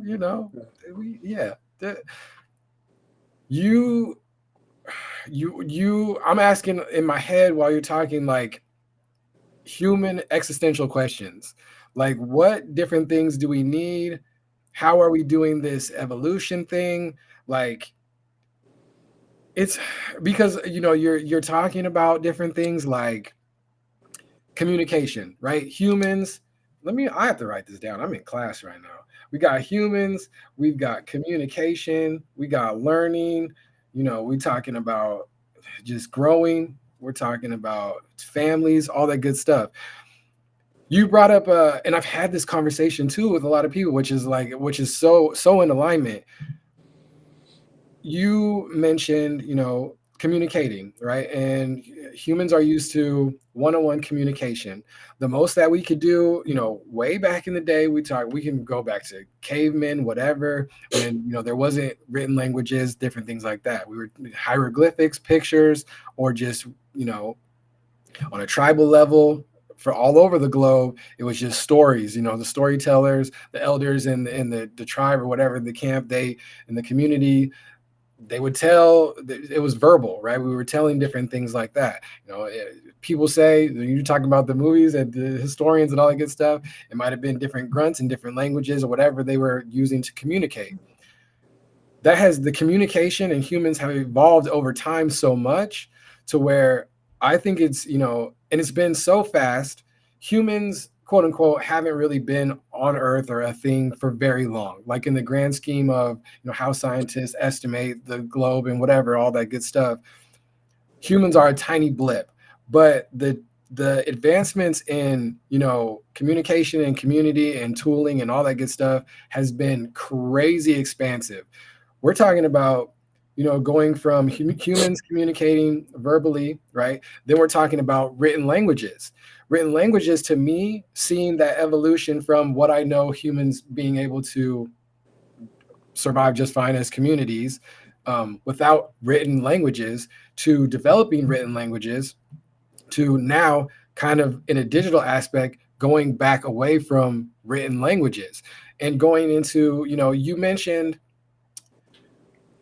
from the point of like hieroglyphics, just stories, the storytellers, all the way up to today, where yes, I can have a conversation through my phone with a live AI translator app, real time, with somebody with a language that I don't speak. I can pick my language, talk into my phone, go to somewhere else all over the globe, put in whatever language I need to translate to, and have it translated in real time. Like that's a thing now. So we're talking about like kids, what do kids need to learn? What do they like? What do they need to learn to not only, develop their brains, develop their bodies, but grow and be able to be like contributing members of society, right? And I think that whole evolution has changed so much that I think it's jarring for it's humans at any stage. You mentioned, you had me confused. I thought you was using the Telegram. I was like, wait. But you're talking about, your first telephone and things like that. And like, I wasn't using it to my full capacity because to me, my mind went to like, okay, there's new tech that I don't really use to its full capacity because a lot of it at the times is jarring. It's jarring to our routine, our daily life, or whatever we're used to doing. I know that every advancement in technology has done the same thing. When you're introduced to the telephone, you're like, okay, this is cool. Someone's telling me how I can use this tech. They're explaining it. Some people are selling it because they think it's the future, blah, blah, blah, same technology step over and over. You're like, okay, but I'm only using it for such and such dire things when I'm like, how can I reach out to this person? It's an emergency or something like that. Oh yeah, I have this invention where I can use the telephone. I pick up the telephone.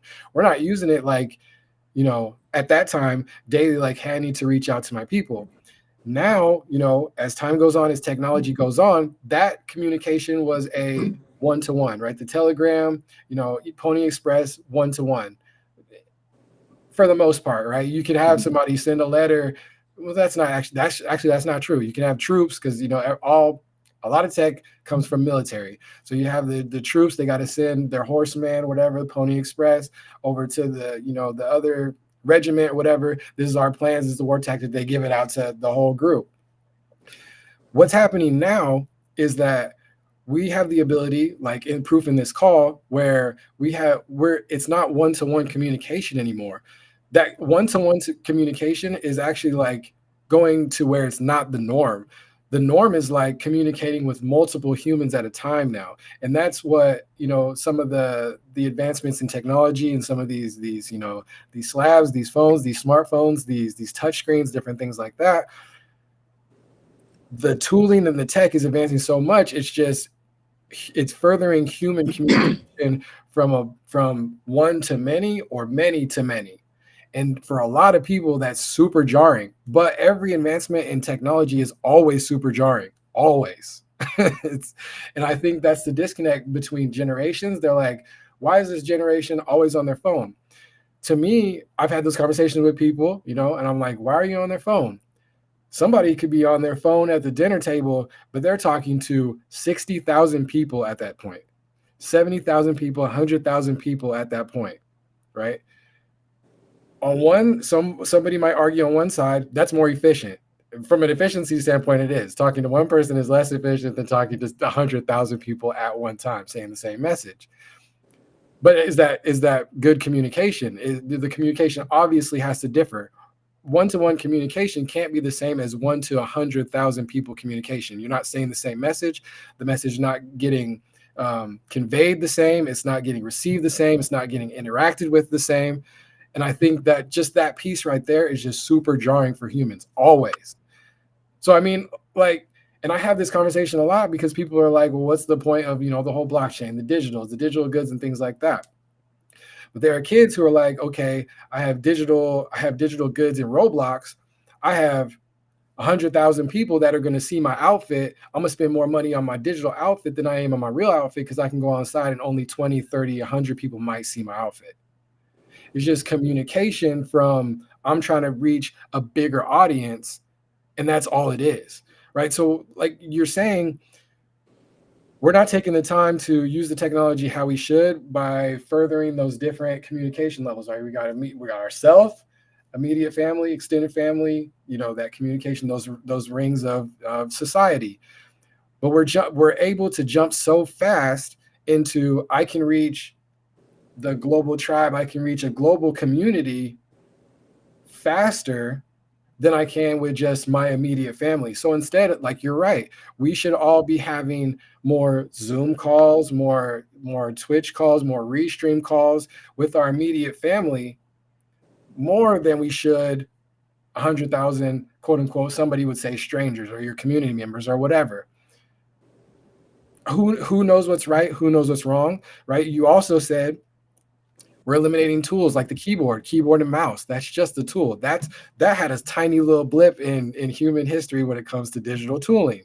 Now, smartphones come, touch screens come. You're talking about like I'm not using my computer and my keyboard as much anymore. It's like I'm not even remembering how, because your brain's storing information on how to work your new tech, the smartphone, the touchscreen. Now we're giving those touchscreens and things to the kids because it's easier for younger kids, the babies, they can hit those touchscreens. They understand, these buttons on the screen, what they can do, aside from having to sit down to this keyboard and I'm trying to, I got the, the QWERTY keyboard. What is the little baby going to do with that? But the baby can get on the touchscreen and, navigate. Is that right? Is that wrong? Is it bad for their brain? Who knows? We're not going to know as humans. All I know is that tech's not going away. We're going to have to, teach humans to embrace it or whatever. I mean, it is what it is. So that was a lot. I guess I could stop there. But yeah, it's all just super jarring. It's all a tool. It's all in how you use it. But for me, and just getting back to the core of what this technology is for, the internet, social media, blockchain, AI, all that stuff is just for conveying and communicating between humans and transferring information. That's it. But it's just super jarring because it's always changing. I don't know. What are your thoughts? That was all a lot. That was a lot. How long we gonna be talking for now? How much time you guys? Let me see where my battery is. All right, cool, for sure. Will it show up? Oh, okay. I guess I don't know. It's at 32%. So I mean, I can plug it in, but that should go another hour. I don't know. Yeah. How long we been on here? No. See, we cooking. It's almost 10:30, about 2 hours in. So that's okay. That's right where we can stop. Or yeah, but you cooking. No. So I was just seeing I didn't know where my battery was, because I meant to plug it in before I started, or like have it plugged in so it wouldn't go dead on me. But I think there's plenty of battery on here. But I guess I can see. Well, I can't see the social media aspect of the use of the smart or the phones and the tablets and everything. That part of it, I don't see as a benefit to the extent as opposed to just being a crutch. Okay. So you could talk on it about that part of it, I guess, but to use a virtual, would this be virtual or like I'm not really in your presence? I usually say digital. Digital. Okay. Yeah. I'm having a social, a social meeting or a social interaction. Yep. With one person or a group of people or however many people, socially. Okay. How does that benefit me? Yeah, a lot of people only socialize that way because they don't know how to get out in real public and socialize, I guess, or go to, I don't want to say go to a bar, but go to a party or go to a gathering and socialize. That they're using social media for it. I would think that would be more of a detriment than a benefit. So explain that to me. 1,000%. 1,000%. You seen the movie WALL-E, yeah? Disney. Which one? WALL-E, Disney Pixar little robot. WALL-E. Don't worry about it. I think I have, but I don't. I've seen a lot of movies lately. My free time. No, but a lot of it I'm not like remembering the content. But go ahead, WALL-E. So a lot of people point to hey, they're saying Dubstream, they're captivated by the convo. Y'all the ghosts. Thank you guys for tuning in. Yeah, this is the conversations I'll be having with Pops for sure. Like, we be diving in. WALL-E, Disney Pixar's animated movie. Ooh, it's probably like 10, 15 years now. I don't know. I've probably seen it, but I just don't recall. But go ahead. How's that? About a little robot on a planet, trash planet. Humans gonna trash the planet. He's a trash picker upper, compactor, whatever, little cute machine. But the humans in there, they're in like a virtual reality world now. Like they just have the glasses. They're sitting in their chairs 24/7. Robots are doing everything for them around them. They're getting fat. They're not moving. They're just piles of meat at that point. And I think there are ways now in technology where humans can do that. There's, we got robot vacuums and robot this and that, and humans don't really have to move. They can sit and, on their couch in their comfy chair, their gaming chairs, whatever, and just sit all day long, right? And do their work. And they might even be like able to be like productive members of society, but they're not being productive members to their own body. You know what I'm saying? So I think you're saying all that, and to me it's balance. We have to balance everything. Like, too much of anything is always bad. Too much of anything is always bad. I can drink too much water and I'm gonna, kill myself, throw up, blah blah blah. Or like, what I'm saying? Look, I'm drinking too much. If I'm drinking too much of anything, I'm eating too much of anything. Like it's eventually gonna hit a point where that's bad for you. So I mean, in tech, there's pros and cons on everything, and I think there's always people who align with different missions and they trying to solve different problems, right? I think that's where a lot of the tech comes from. Someone's like, this is a problem for me. They solve for it. They share it. Everybody else is like, oh, I have that problem too. Then that person monetizes it or whatever. They start selling, their solution to the problem. They make buku dollars, whatever. That's tech for you. However, like when we're talking about, okay, the invention of phones, that's a corded thing at first, right? We have to use like physical, actual lines. And someone's like, okay, we need to cut the lines, right? Because we want to move around, we want to travel. There might have been an engineer out there that loved running. And he was like, I want to be on the phone when I'm running, whatever. That's probably been out there several times, several apps that people are like, I want to use this type of app while I'm moving my body, right? Some of them even incentivize people. They can pay you, or you can, compete with people in the apps to move your body, because people, like fitness, working out, taking care of your physical self. But again, right, once we have that ability where, okay, I'm connected 24/7, the wireless networks are, advancing so much to where I can go pretty much anywhere in the world. I can get on a satellite network or shooting satellites into space so that anywhere on the planet I can be connected, right? Is that good? Is that bad? I don't know. You have to balance it on what you're using it for and how often you're using it for that thing, and just balance different aspects of your life. So if you're not moving, right, you can be in your chair like like the WALL-E humans and be contributing member to society. You could be making an app that's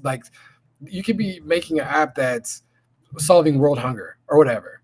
But you could be not moving your own body while you're doing that. That's not balanced to me, right? So I think we have these phones, we have these supercomputers in our pocket 24/7. Now they're on our wrists, right? We have smart watches on our wrists, like that are buzzing our wrists to death. Like sometimes we got phantom pulses in our, it's crazy. Like our bodies are, reacting, sometimes adapting, sometimes not adapting very well to these different new stimuli, new tech pieces. It's insane, right? But that's human. That's what we do as humans. Like we innovate and then we like freak out about the innovations.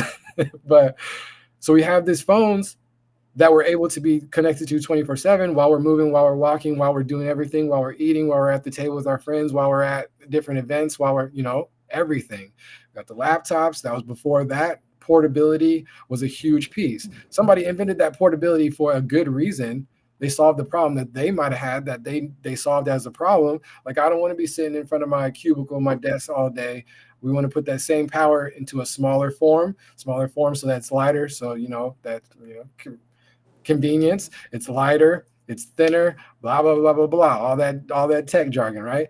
We're at the point now where it's so small, we can have it in our pocket, on our wrist. I can talk to it, say, hey, what's on my calendar today? Or I can say, hey, entertain me forever. You know what I'm saying? So there's a balance to it where you just have to balance it. You have to subconsciously, or not subconsciously, you have to consciously think about, I need to balance what I'm doing, what I'm using this tech for, and also how this is affecting me, my own body, my routine, and the people around me that I love and care about, and also like the global community. You have to balance all those different things. It's super hard, but it is what it is. And as tech continues to change, we have to go through this cycle until we're no longer here. It's inevitable. That's what humans do. Okay. He said, okay. Okay.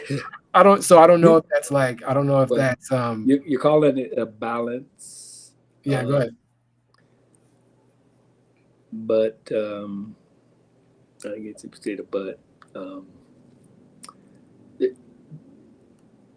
How do you get someone to understand that if they're not able to make the balance, there's some point in time you have to draw the line? Yeah. Now, you can use the technology and the advancement of technology in a lot of areas, but even I'm gonna use a sports type thing or whatever. You're not able to like have the smartphone out on the field with you in baseball or in your pads when you're doing football. But prior to doing that, you can use the tech to analyze the the plays and different people's abilities. Like this guy, he only moves to the left or right. You can use all the technology for that. But actually in the game, you can't have the tech with you. So I'm trying to correlate like the problem we're seeing with when the kids or even the adults have the phone always in front of them. Yeah. And I'm just going to use social media as the evil right now, and not so much the educational part of it. Yeah. But like you said, I just read that about the iPhone, or not the iPhone, the goggle thing that Apple made. Okay, yep. and the with it the one tech guy, I guess they're suing because he took the information to Snap, or is it Snap?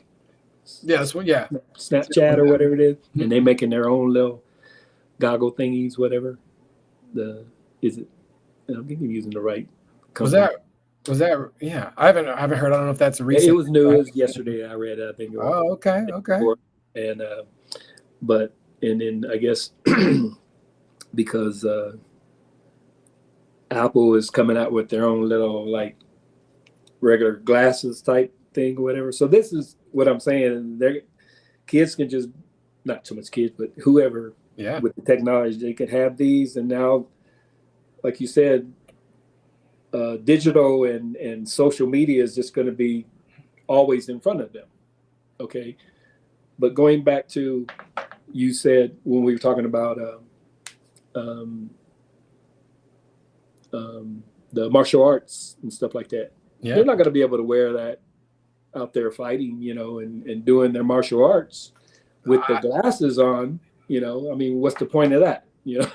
I mean, the first thing I would do is just rip your glasses off. You don't have that advantage if that's what you're trying to use as an advantage.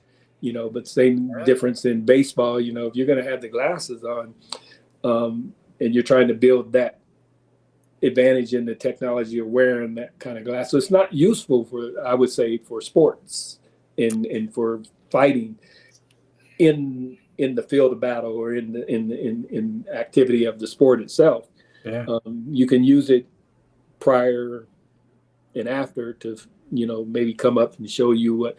So what I guess what I'm trying to say is there's a use for the advanced technology, and then again there it is again that it's just using to have you unfunctionable or unproductive. If you're using it social media wise, I'm gonna use that as the evil in this regard. That I don't see any benefit in that. And so going back to say there's only so many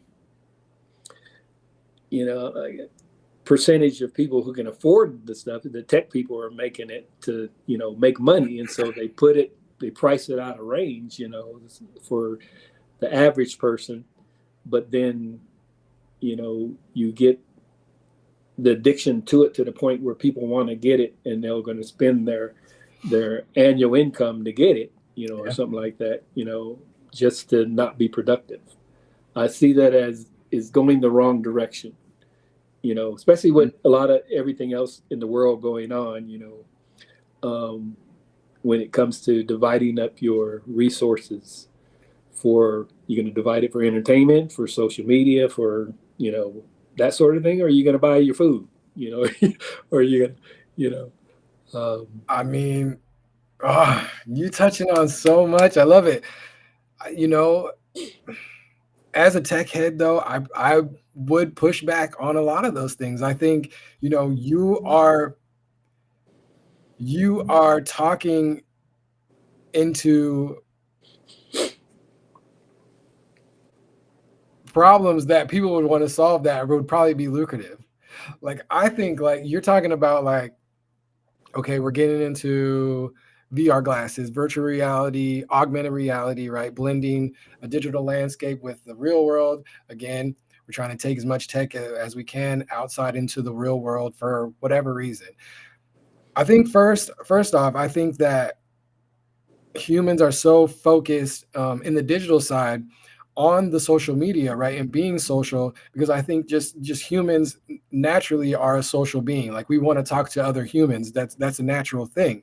And I think that's why most people use those different tech tools to talk to people. I think that's why we even have the FANG, the Facebook, all Meta. We have those companies at that size that have the amount of capital and control that they have, because they created a product that let other people talk to other people. And it was really good. It was efficient. They've been improving it over time, buying out competitors, all that business strategy stuff.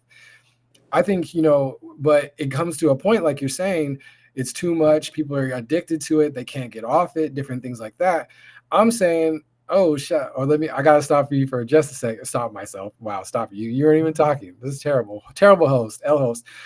We had another gift. We have a gifted pack. W subs in the chat from Zeus came through with another gifted pack. So, he's starting up a hype train over here, cooking and killing it. I appreciate you, Zeus. You the man. You the man. That's what's up. All right. So back pops. So I think companies, right, on one hand, they want to help us communicate with other humans as much as possible. And if it's just one to one or one to many, whatever, it doesn't matter. Across across the globe, from house to house, doesn't matter, right? There are other people who are using that knowledge that humans want to talk to each other to exploit that for their own personal gain, their own wallet gain, right? There's a balance of between all of that. There's probably people who like all right, y'all, calm down, calm down. Now we got Andy in the building, the GOAT gifting the sub pack. Y'all over here matching sub pack for sub pack. That's what's up. Y'all amazing. Chat's going crazy. My goodness. Oh, that's much love, y'all. I appreciate y'all. See, y'all cooking. Y'all cooking. Pops, we gonna have to have you back. They going crazy in the chat. Going crazy in the chat. No. Dove, y'all amazing. Okay. All right. So yeah. So I think there are a spectrum of developers and psychologists and engineers, whatever, blah, blah, blah, CEOs, tech people that are somewhere along that path. Some of them are like, I want to make as much money as possible. I don't care who gets hurt in the process, who I'm not paying well, blah, blah, blah, blah. The other side is like, I want to build apps and different things to where it's helping humanity as much as possible. I'm at the point where I don't need to get paid anything. I'm not taking a salary. I'm going to open source my thing and share my tech that I'm learning out to the world. There's many stages in between on that spectrum. Some people can be like, I love humans. I want to communicate with them. I want to help others communicate with them, but I want to get paid for what I'm building because it's a genius idea, whatever, along that spectrum. I think, and again, any spectrum to me, you have to balance it. It's balanced, right? There's pros and cons on both sides that anybody can argue, right? That's why humans and law is so, lucrative, because humans can argue their points for hours on end. It doesn't matter. Like the spectrum, somebody will come up with a pro and a con on each point of that spectrum, no matter what, forever. So I think, again, it goes back to that balance on just setting the expectation on this is where we're at.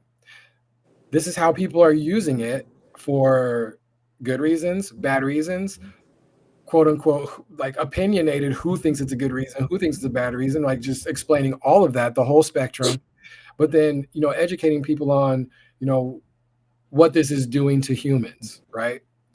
So I mean, you're saying that conversation, my eyes are like glowing. Like, I would love to see a sporting event where everybody has VR glasses. We probably will get to that point, but it's a tech evolution. The tech evolution to where, I don't know if you knew Google Glasses was 10 years ago. They were already trying this.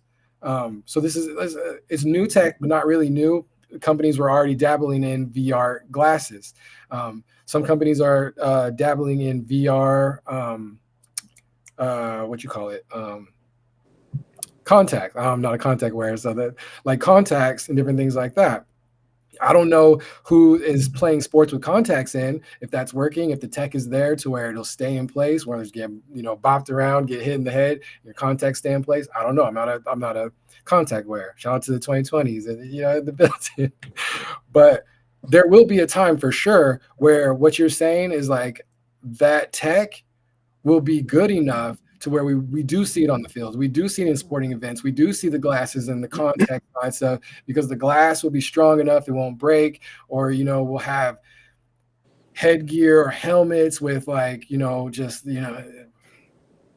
it's going to happen. It's inevitable for sure. Because if you're thinking about it, that means other people are thinking about it as a problem to solve as well too. They're hitting up those glass companies like Fast Glass, like, hey, make the strongest glass possible. Get your scientists, your molecular biologists in here, make the strongest glass possible that we can see through. It won't break. We need diamond glass. Somebody's working on that for the specific reason. And all of these tech areas, all this human tech, it all converges. And then we have something like AI on a phone, on social media, different things like that. All that to say, it's all going to happen. It's not far-fetched. It's like right around the corner, right? We're at the point now where we're having discussions around,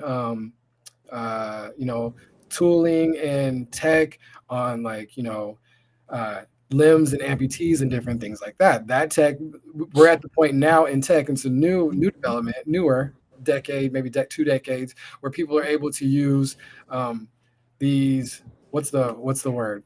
Shout out to one of the deans. Dean Rika at the U, she's into that. She makes prosthetics. That's the word. So prosthetics are at the point now where people can perform with them. Like, like they're using them, military, but also athletic fields and different things like that, moving your body, movement, all that good stuff. We are definitely, I can definitely see like people already play with their watches. People already swim with their watches. So like the glass is the next step. We've already been there. We've already tried it. Companies have already tried it. They're cycling back to it. The tech is now catching up. We just have to have improvements on batteries. You have to have improvements on durability. You have to have improvements on form factor, size, convenience. Because general public's not going to wear those big old first gen Apple glasses with the cord and a battery pack. We're not doing that. Some tech people out there will do it just because they want to be in the new tech.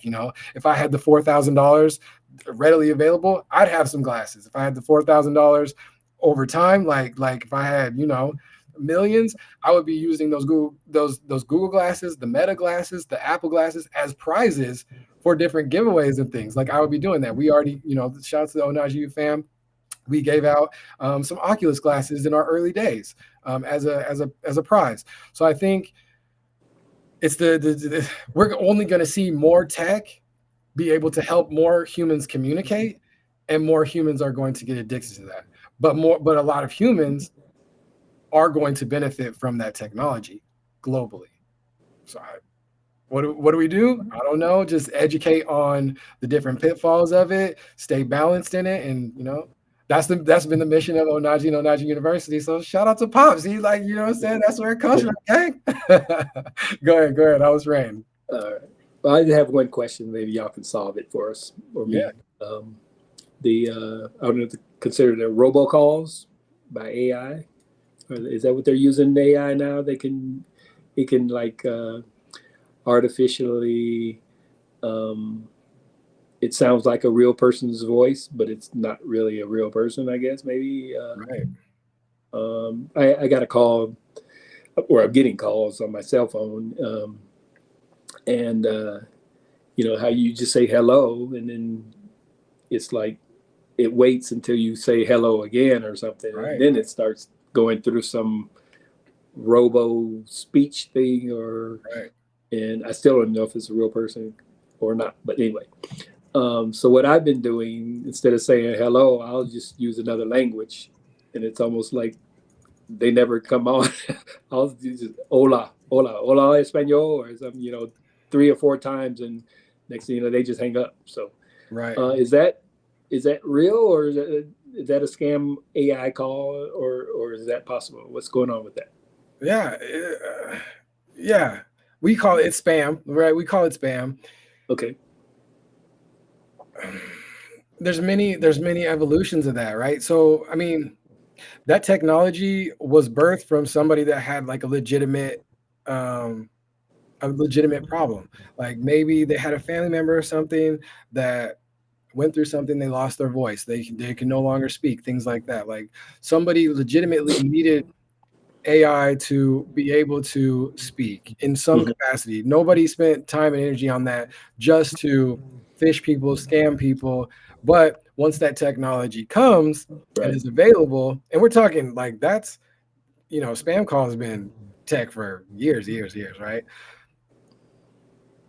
There's always going to be people that come in and take the new tools and new tech and try to get over on people, scam them, fish them, steal from them, mislead them, all of that stuff, right? Which I've had previous conversations. I've been reading The Art of War. I've been reading The Art of War. It's been pretty cool. There's a chapter about like deceit, and I had a clip I was talking about like deceit to me is like warfare, just warfare in general, right? If you're trying to deceive somebody, you're trying to confuse them, manipulate them, whatever, you're in a war-like situation with that person. It might not be to that extent. It might be just like in competition on a football field. I don't know, whatever. That stems from war. That that competition stems from war tactics. So when people are using new tech that comes out to steal from them, mislead them, for their own personal gain or whatever, or just, like sometimes kids are little kids, sometimes adults are just trolls and they're just messing with people just to mess with people. I don't know. Or pranking. Okay. Exactly. Okay. All of that, it comes from these tech pieces that are invented for good human communication reasons. Mm-hmm. And to solve problems for convenience, for one situation or another. Somebody solved a problem that was a legitimate problem, but then other people use that tech, exploit it. I'm seeing the same thing in blockchain all day long. It's hard to get people to even get into blockchain because they know there's so many. It's a money related field, financial related field. So there's scams, people stealing from people, all that good stuff, and just left and right using all different tech tactics, old and new, to get people up out of their funds, their money, whatever, siphon whatever resources they can from one person to their own pockets, which is crazy. Same thing with these robocalls, these spam calls, and different things like that. And it could be like political ones, right? Where like during political season, I have like the text, the calls going crazy. I'm like, they might not be trying to steal money from you. They're just trying to sway your opinion for some reason or another. A war tactic. They're at war with somebody, quote unquote, and they're trying to gain some troops. That what I'm saying.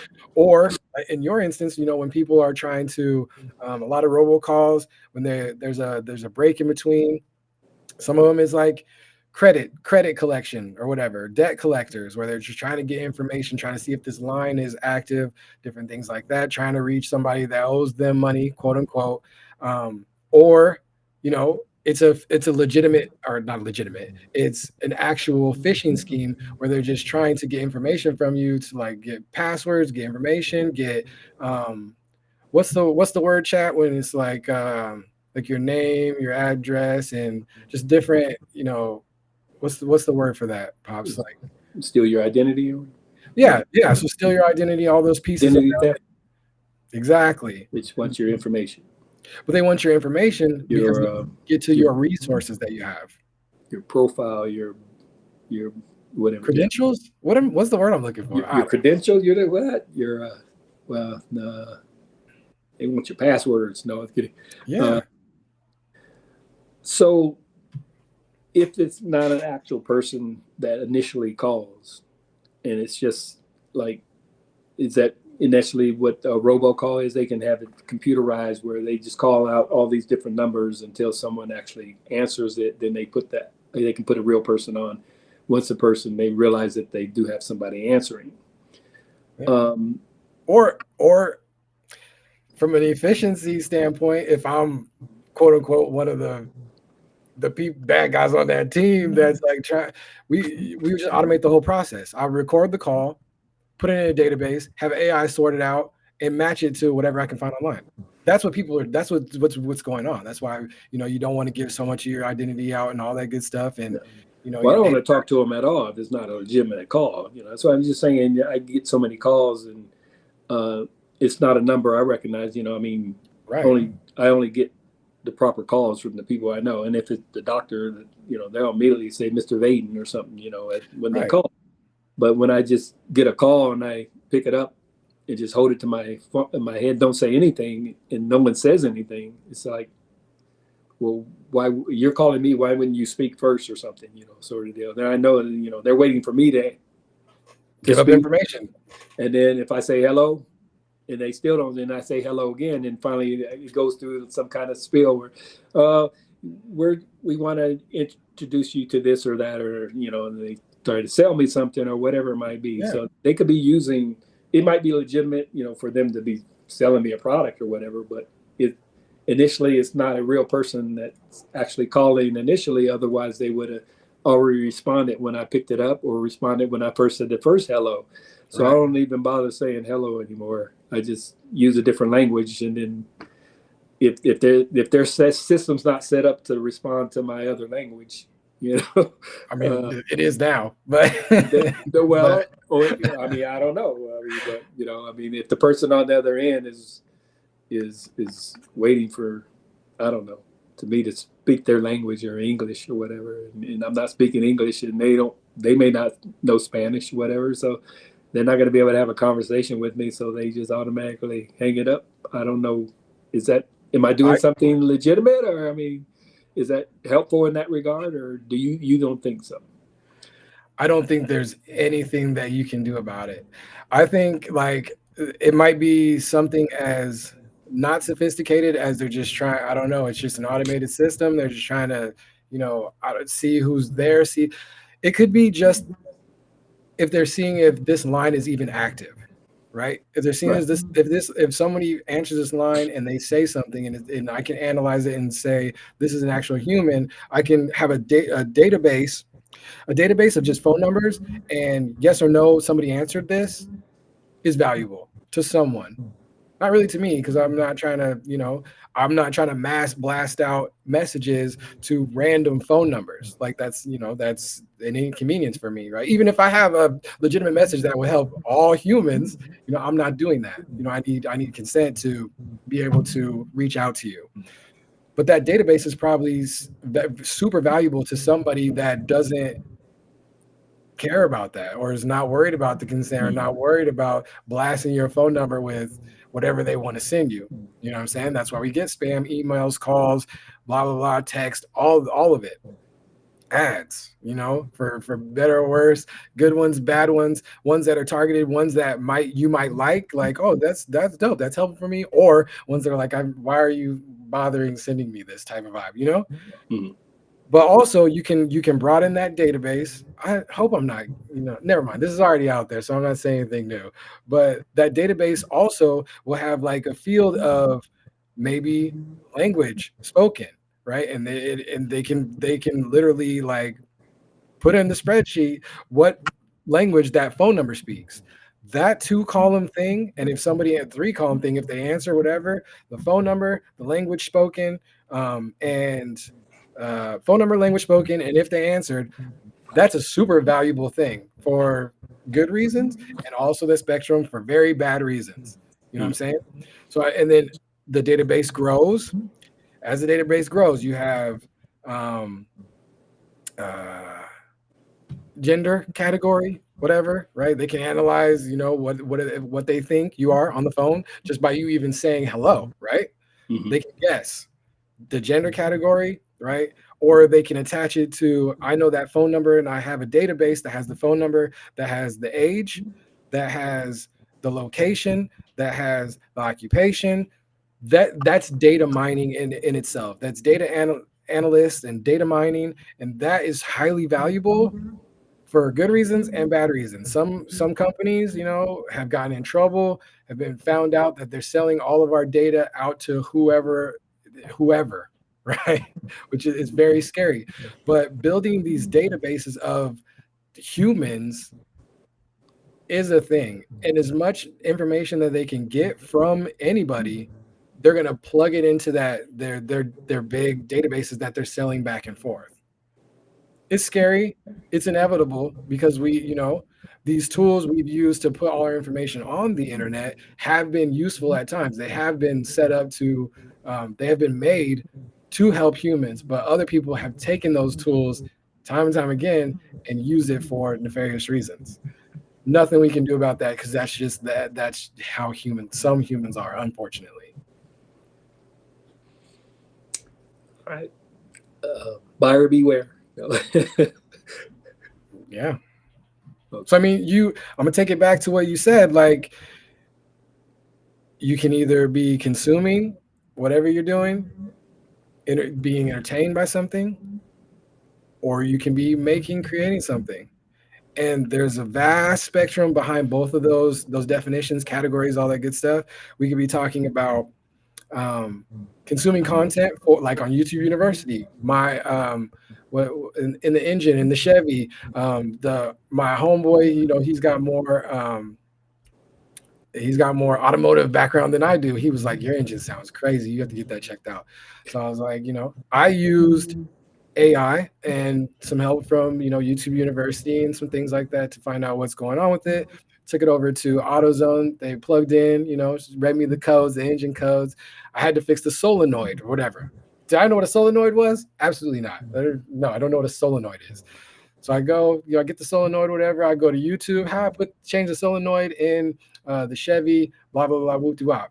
Change it myself is one of the little, electronic engine parts that's in the engine. Switch that out. Engine's running and sounding good, Your daughter-in-law, she was like, that's dope. You done did that, saved us some money, like a lot of money. So we take it over to the Chevy dealership. They're like, run it up. So it's like, that's a helpful thing of me going to the internet. I was, the tech there. I'm grateful for AutoZone having that free service. Like, I can plug it in because they can easily charge for that. And then I can go to YouTube University, that person who was like changing out their solenoid for if they need to do that, if they didn't, if they're just, hopefully they were able to, because they're on YouTube, they're able to monetize their channel and get paid for people viewing their helpful contributions to society. And I was able to save some money there and learn something in the process. Learn what a solenoid was, learn how to change it out, learn a little bit more about the engine, all that good stuff. On the other hand, I could be on social media on YouTube consuming and just looking at ignoring the people around me and all that good stuff. There's you have to balance it. All of it is tools because all of it humans making is the tools, and we're, I don't know. Humans are bright, but they're not that bright. You know what I'm saying? Like, I'm being for real. There's a spectrum. Humans, individually and mass globally, that spectrum from one person all the way to all humans. And what we at? 8 billion, 4 billion? What is it? 4 or 8? I don't know. Whatever, it doesn't matter. 8, we're 8. From one human all the way to that spectrum, all the way up to 8 billion. There's good and bad on everything. It's all a spectrum. It's all a circle. It's all, all that good stuff. You just have to balance it. I have to balance how I'm communicating with the max amount of people. I have to balance how I'm communicating with one person, blending that together. Like right now, we're having a one-on-one conversation, but others are watching it. Others are going to watch it in the future. You know what I'm saying? That's social media. Somebody might be, all right, so check this out. What is this, the butterfly effect? Somebody might be watching this conversation later on the internet on a social media platform, Twitch, TikTok, or whatever, the grandchild at their table, and they pops is upset, but they watching the yo clips. So how you feel about that? Like, I mean, like it's inevitable. But they could be learning valuable, like as long as they're watching something like this and not something invaluable, I guess.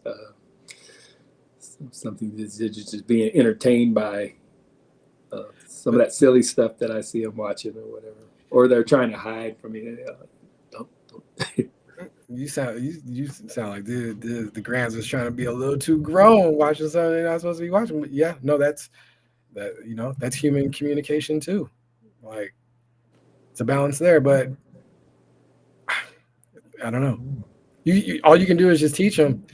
All you can do is just, and for me, I've been a strong proponent of whenever new tech comes out, you have to roll with it. You have to, you have to embrace it, because I've learned at this point, the new tech, it doesn't go away. It only gets innovated on further, because that's just what humans do. Okay.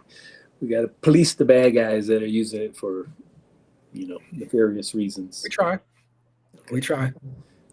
We don't want the government to get and just say, "Oh, we got to regulate everything," but yeah, but balance. Still, it's got to be policed some way or another. Whether or not the companies that are paying for the tech, the experts that are bringing in all this, police themselves and keep it from getting into bad hands or whatever. But I don't know. Yes, you do. No, I don't know. I mean, I'm not a policeman. I mean, I wouldn't know how to police it. So, but I'm not a politician either, government-wise or anything like that. But I can police myself, I guess. Yeah. Low power mode, 10%. There we go. That's all good. We can We can wrap it up here. Yep. You said something about some questions from the audience, or that's too late? I mean, we cooking, so we covered old man stuff. Ancient. I think one of the questions I didn't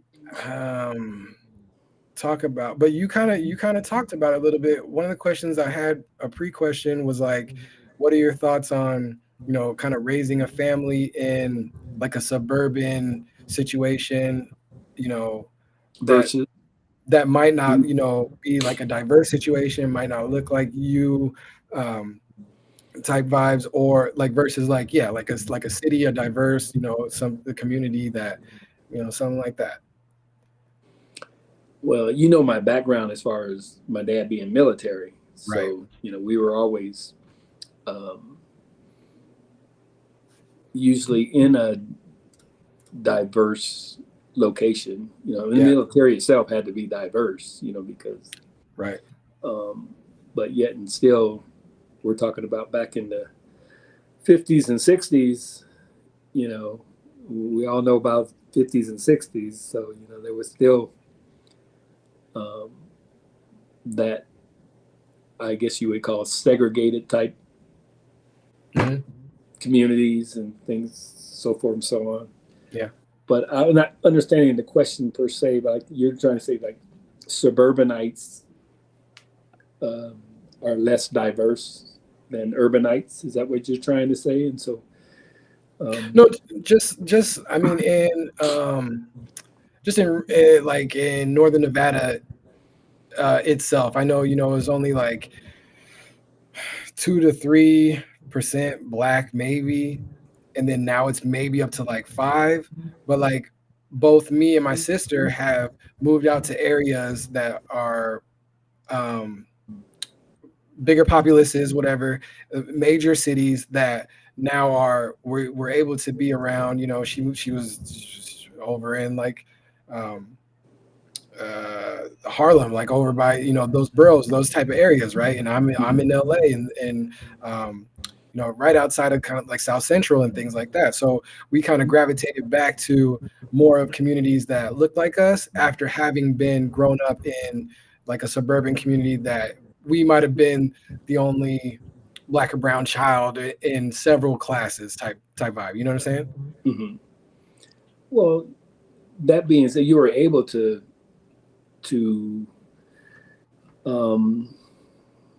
what's the word, associate or communicate, the other word I'm looking for, with people of your color, because we did that even here. Like you said, it was only maybe 3%. But if you go to a Black church, a predominantly Black church, you're going to be with your people. And that's how you say that the city is small when everybody knows everybody, because maybe there's 2 or 3 big Black churches in the area and you belong to one of them, and so you associate with the other Black churches.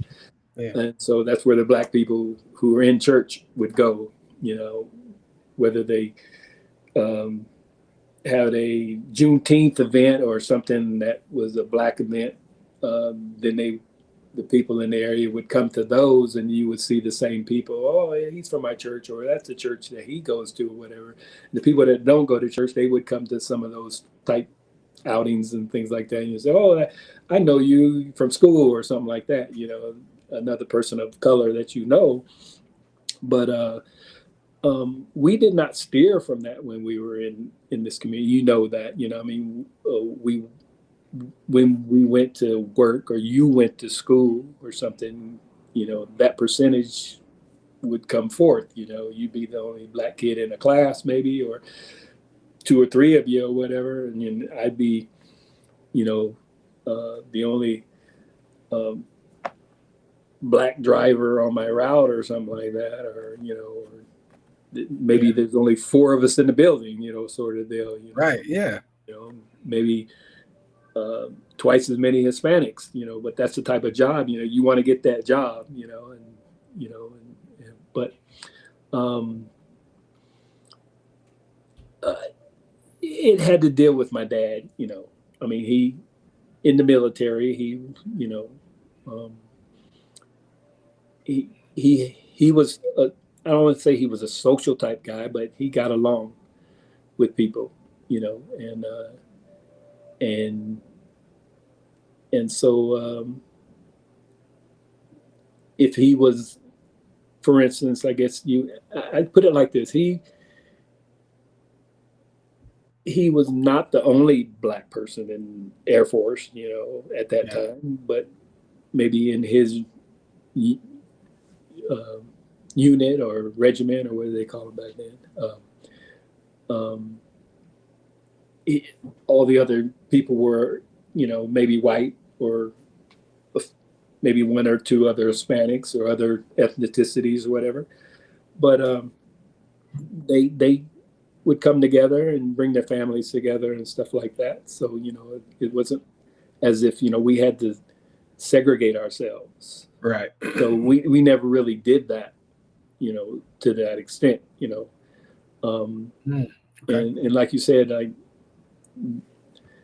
the area that we lived in, the only other black person might have been, 3 blocks away or whatever, or right. things like that, so we basically intermingled where we were at, with the community we lived in, made friends with the neighbors across the street, they were white, neighbors next door didn't want us there. They were white, but, hey, what you going to do? We lived next door, and we became best of neighbors because I wasn't that type of person, that they might have thought I was, so we intermingled the right way, they might have some type of prejudice at one point, but then, this guy's not so bad, he's a person like us trying to live, raise kids, and be a good neighbor. And that's how I learned from my dad, him being in the military, and to be honest with you, I followed his footsteps, basically. I mean, didn't go in the military, but he and my mom had a child early, and so he says, "Hey, I got to raise a family," and went into the military, and so that's kind of like how I was, I got a family and went to work, and so we lived that way, where we, in the community, within the workforce that we were put in,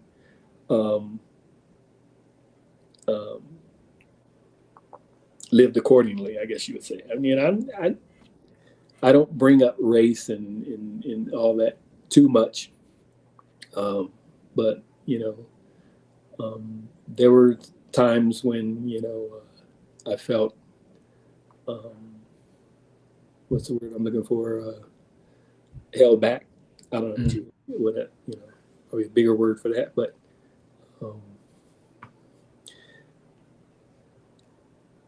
so what do you think some of the, I love it, and shout out to you for sharing that. That's super valuable. Chat was saying, boss was saying, I know this life as well. So yeah, that puts a lot into perspective, I think. Tell me, what are some of your takeaways as like pros in that situation? Being able to like what's a pro versus being in at that time in a quote unquote like segregated area. Like what would be some of the pros there?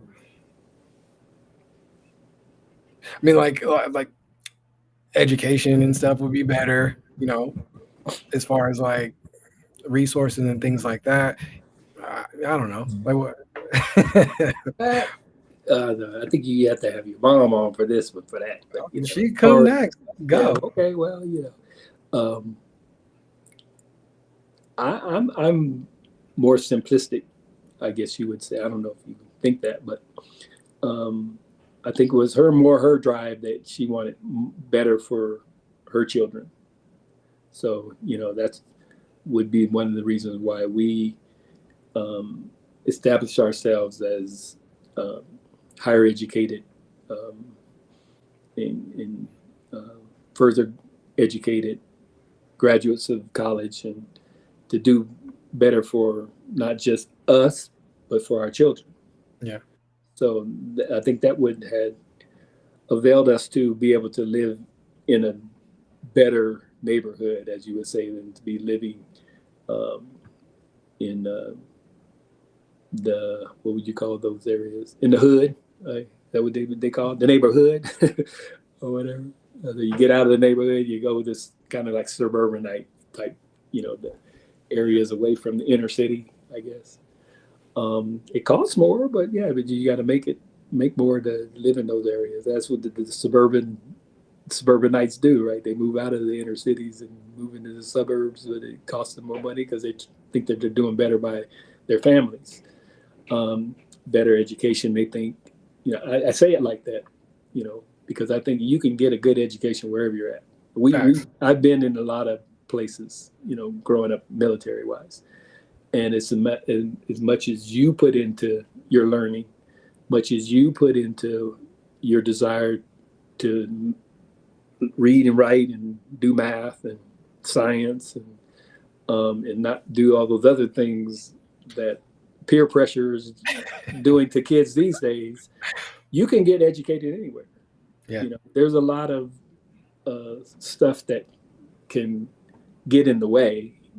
I understand that in urban schools, and that's why people go to private schools and suburban schools and things like that. But you can still get an education in urban schools. It is the desire of the child and the support of the parent. Yep. Dope. I love it. Now you spinning. How's your battery over there? Ooh, it's down to 5, I think now. 6. Okay. All right. We're going to wrap it up because I don't want to cut you off in mid. I know. We go, right. You cooking. No, I appreciate you. I appreciate you so much. I appreciate, everything that you've done over the course of my entire whole life, many times over, many decades over. I want to throw this out there real quick. Yeah. So people would think that Dad did spoil you. Remember that first car I got you? No, it's kidding. Yeah, you did. I'm a spoiled child. Most people. Oh, yeah. No, we still get slack for that. Why did you buy your kid a car and make them buy their own cars? That sort of thing. Hey, we spoiled our kids. We love our kids. And I'm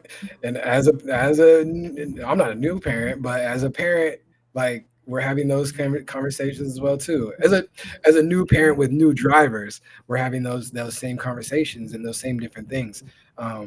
It's cool. It's cool to see that perspective. We talked about, it's a cool little segue all the way back to when we started. We were talking about, the individual,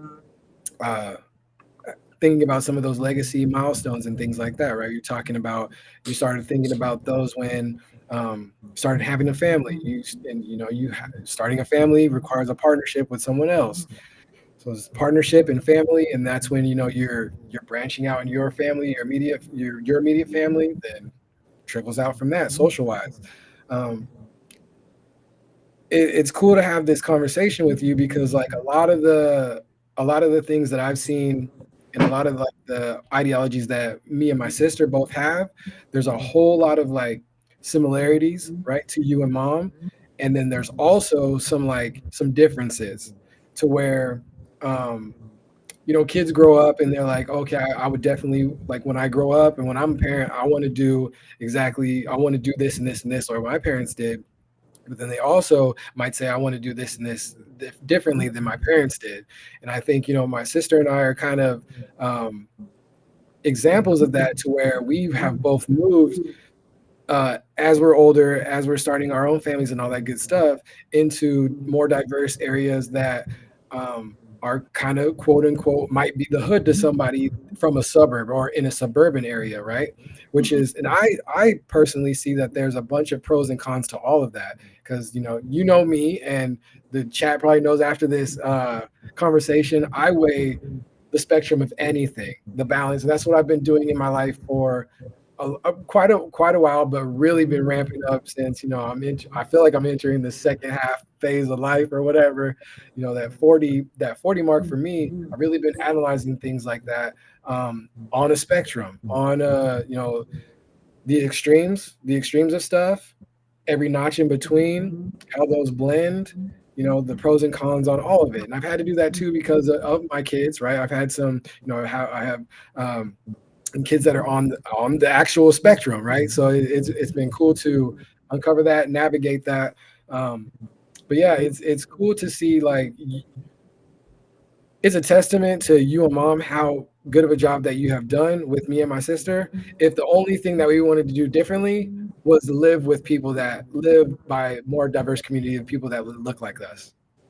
Like, that is a crazy testament to you and mom and the whole, outside of that, the church community, and just, yeah, that's so, you're the man. I appreciate you. That's what's up. But yeah, there's a couple other questions I wanted to get into. Maybe we'll do like a part 2 later on, something like Okay. that. I'll let you sit with all these, this technical nonsense I'll be tossing out.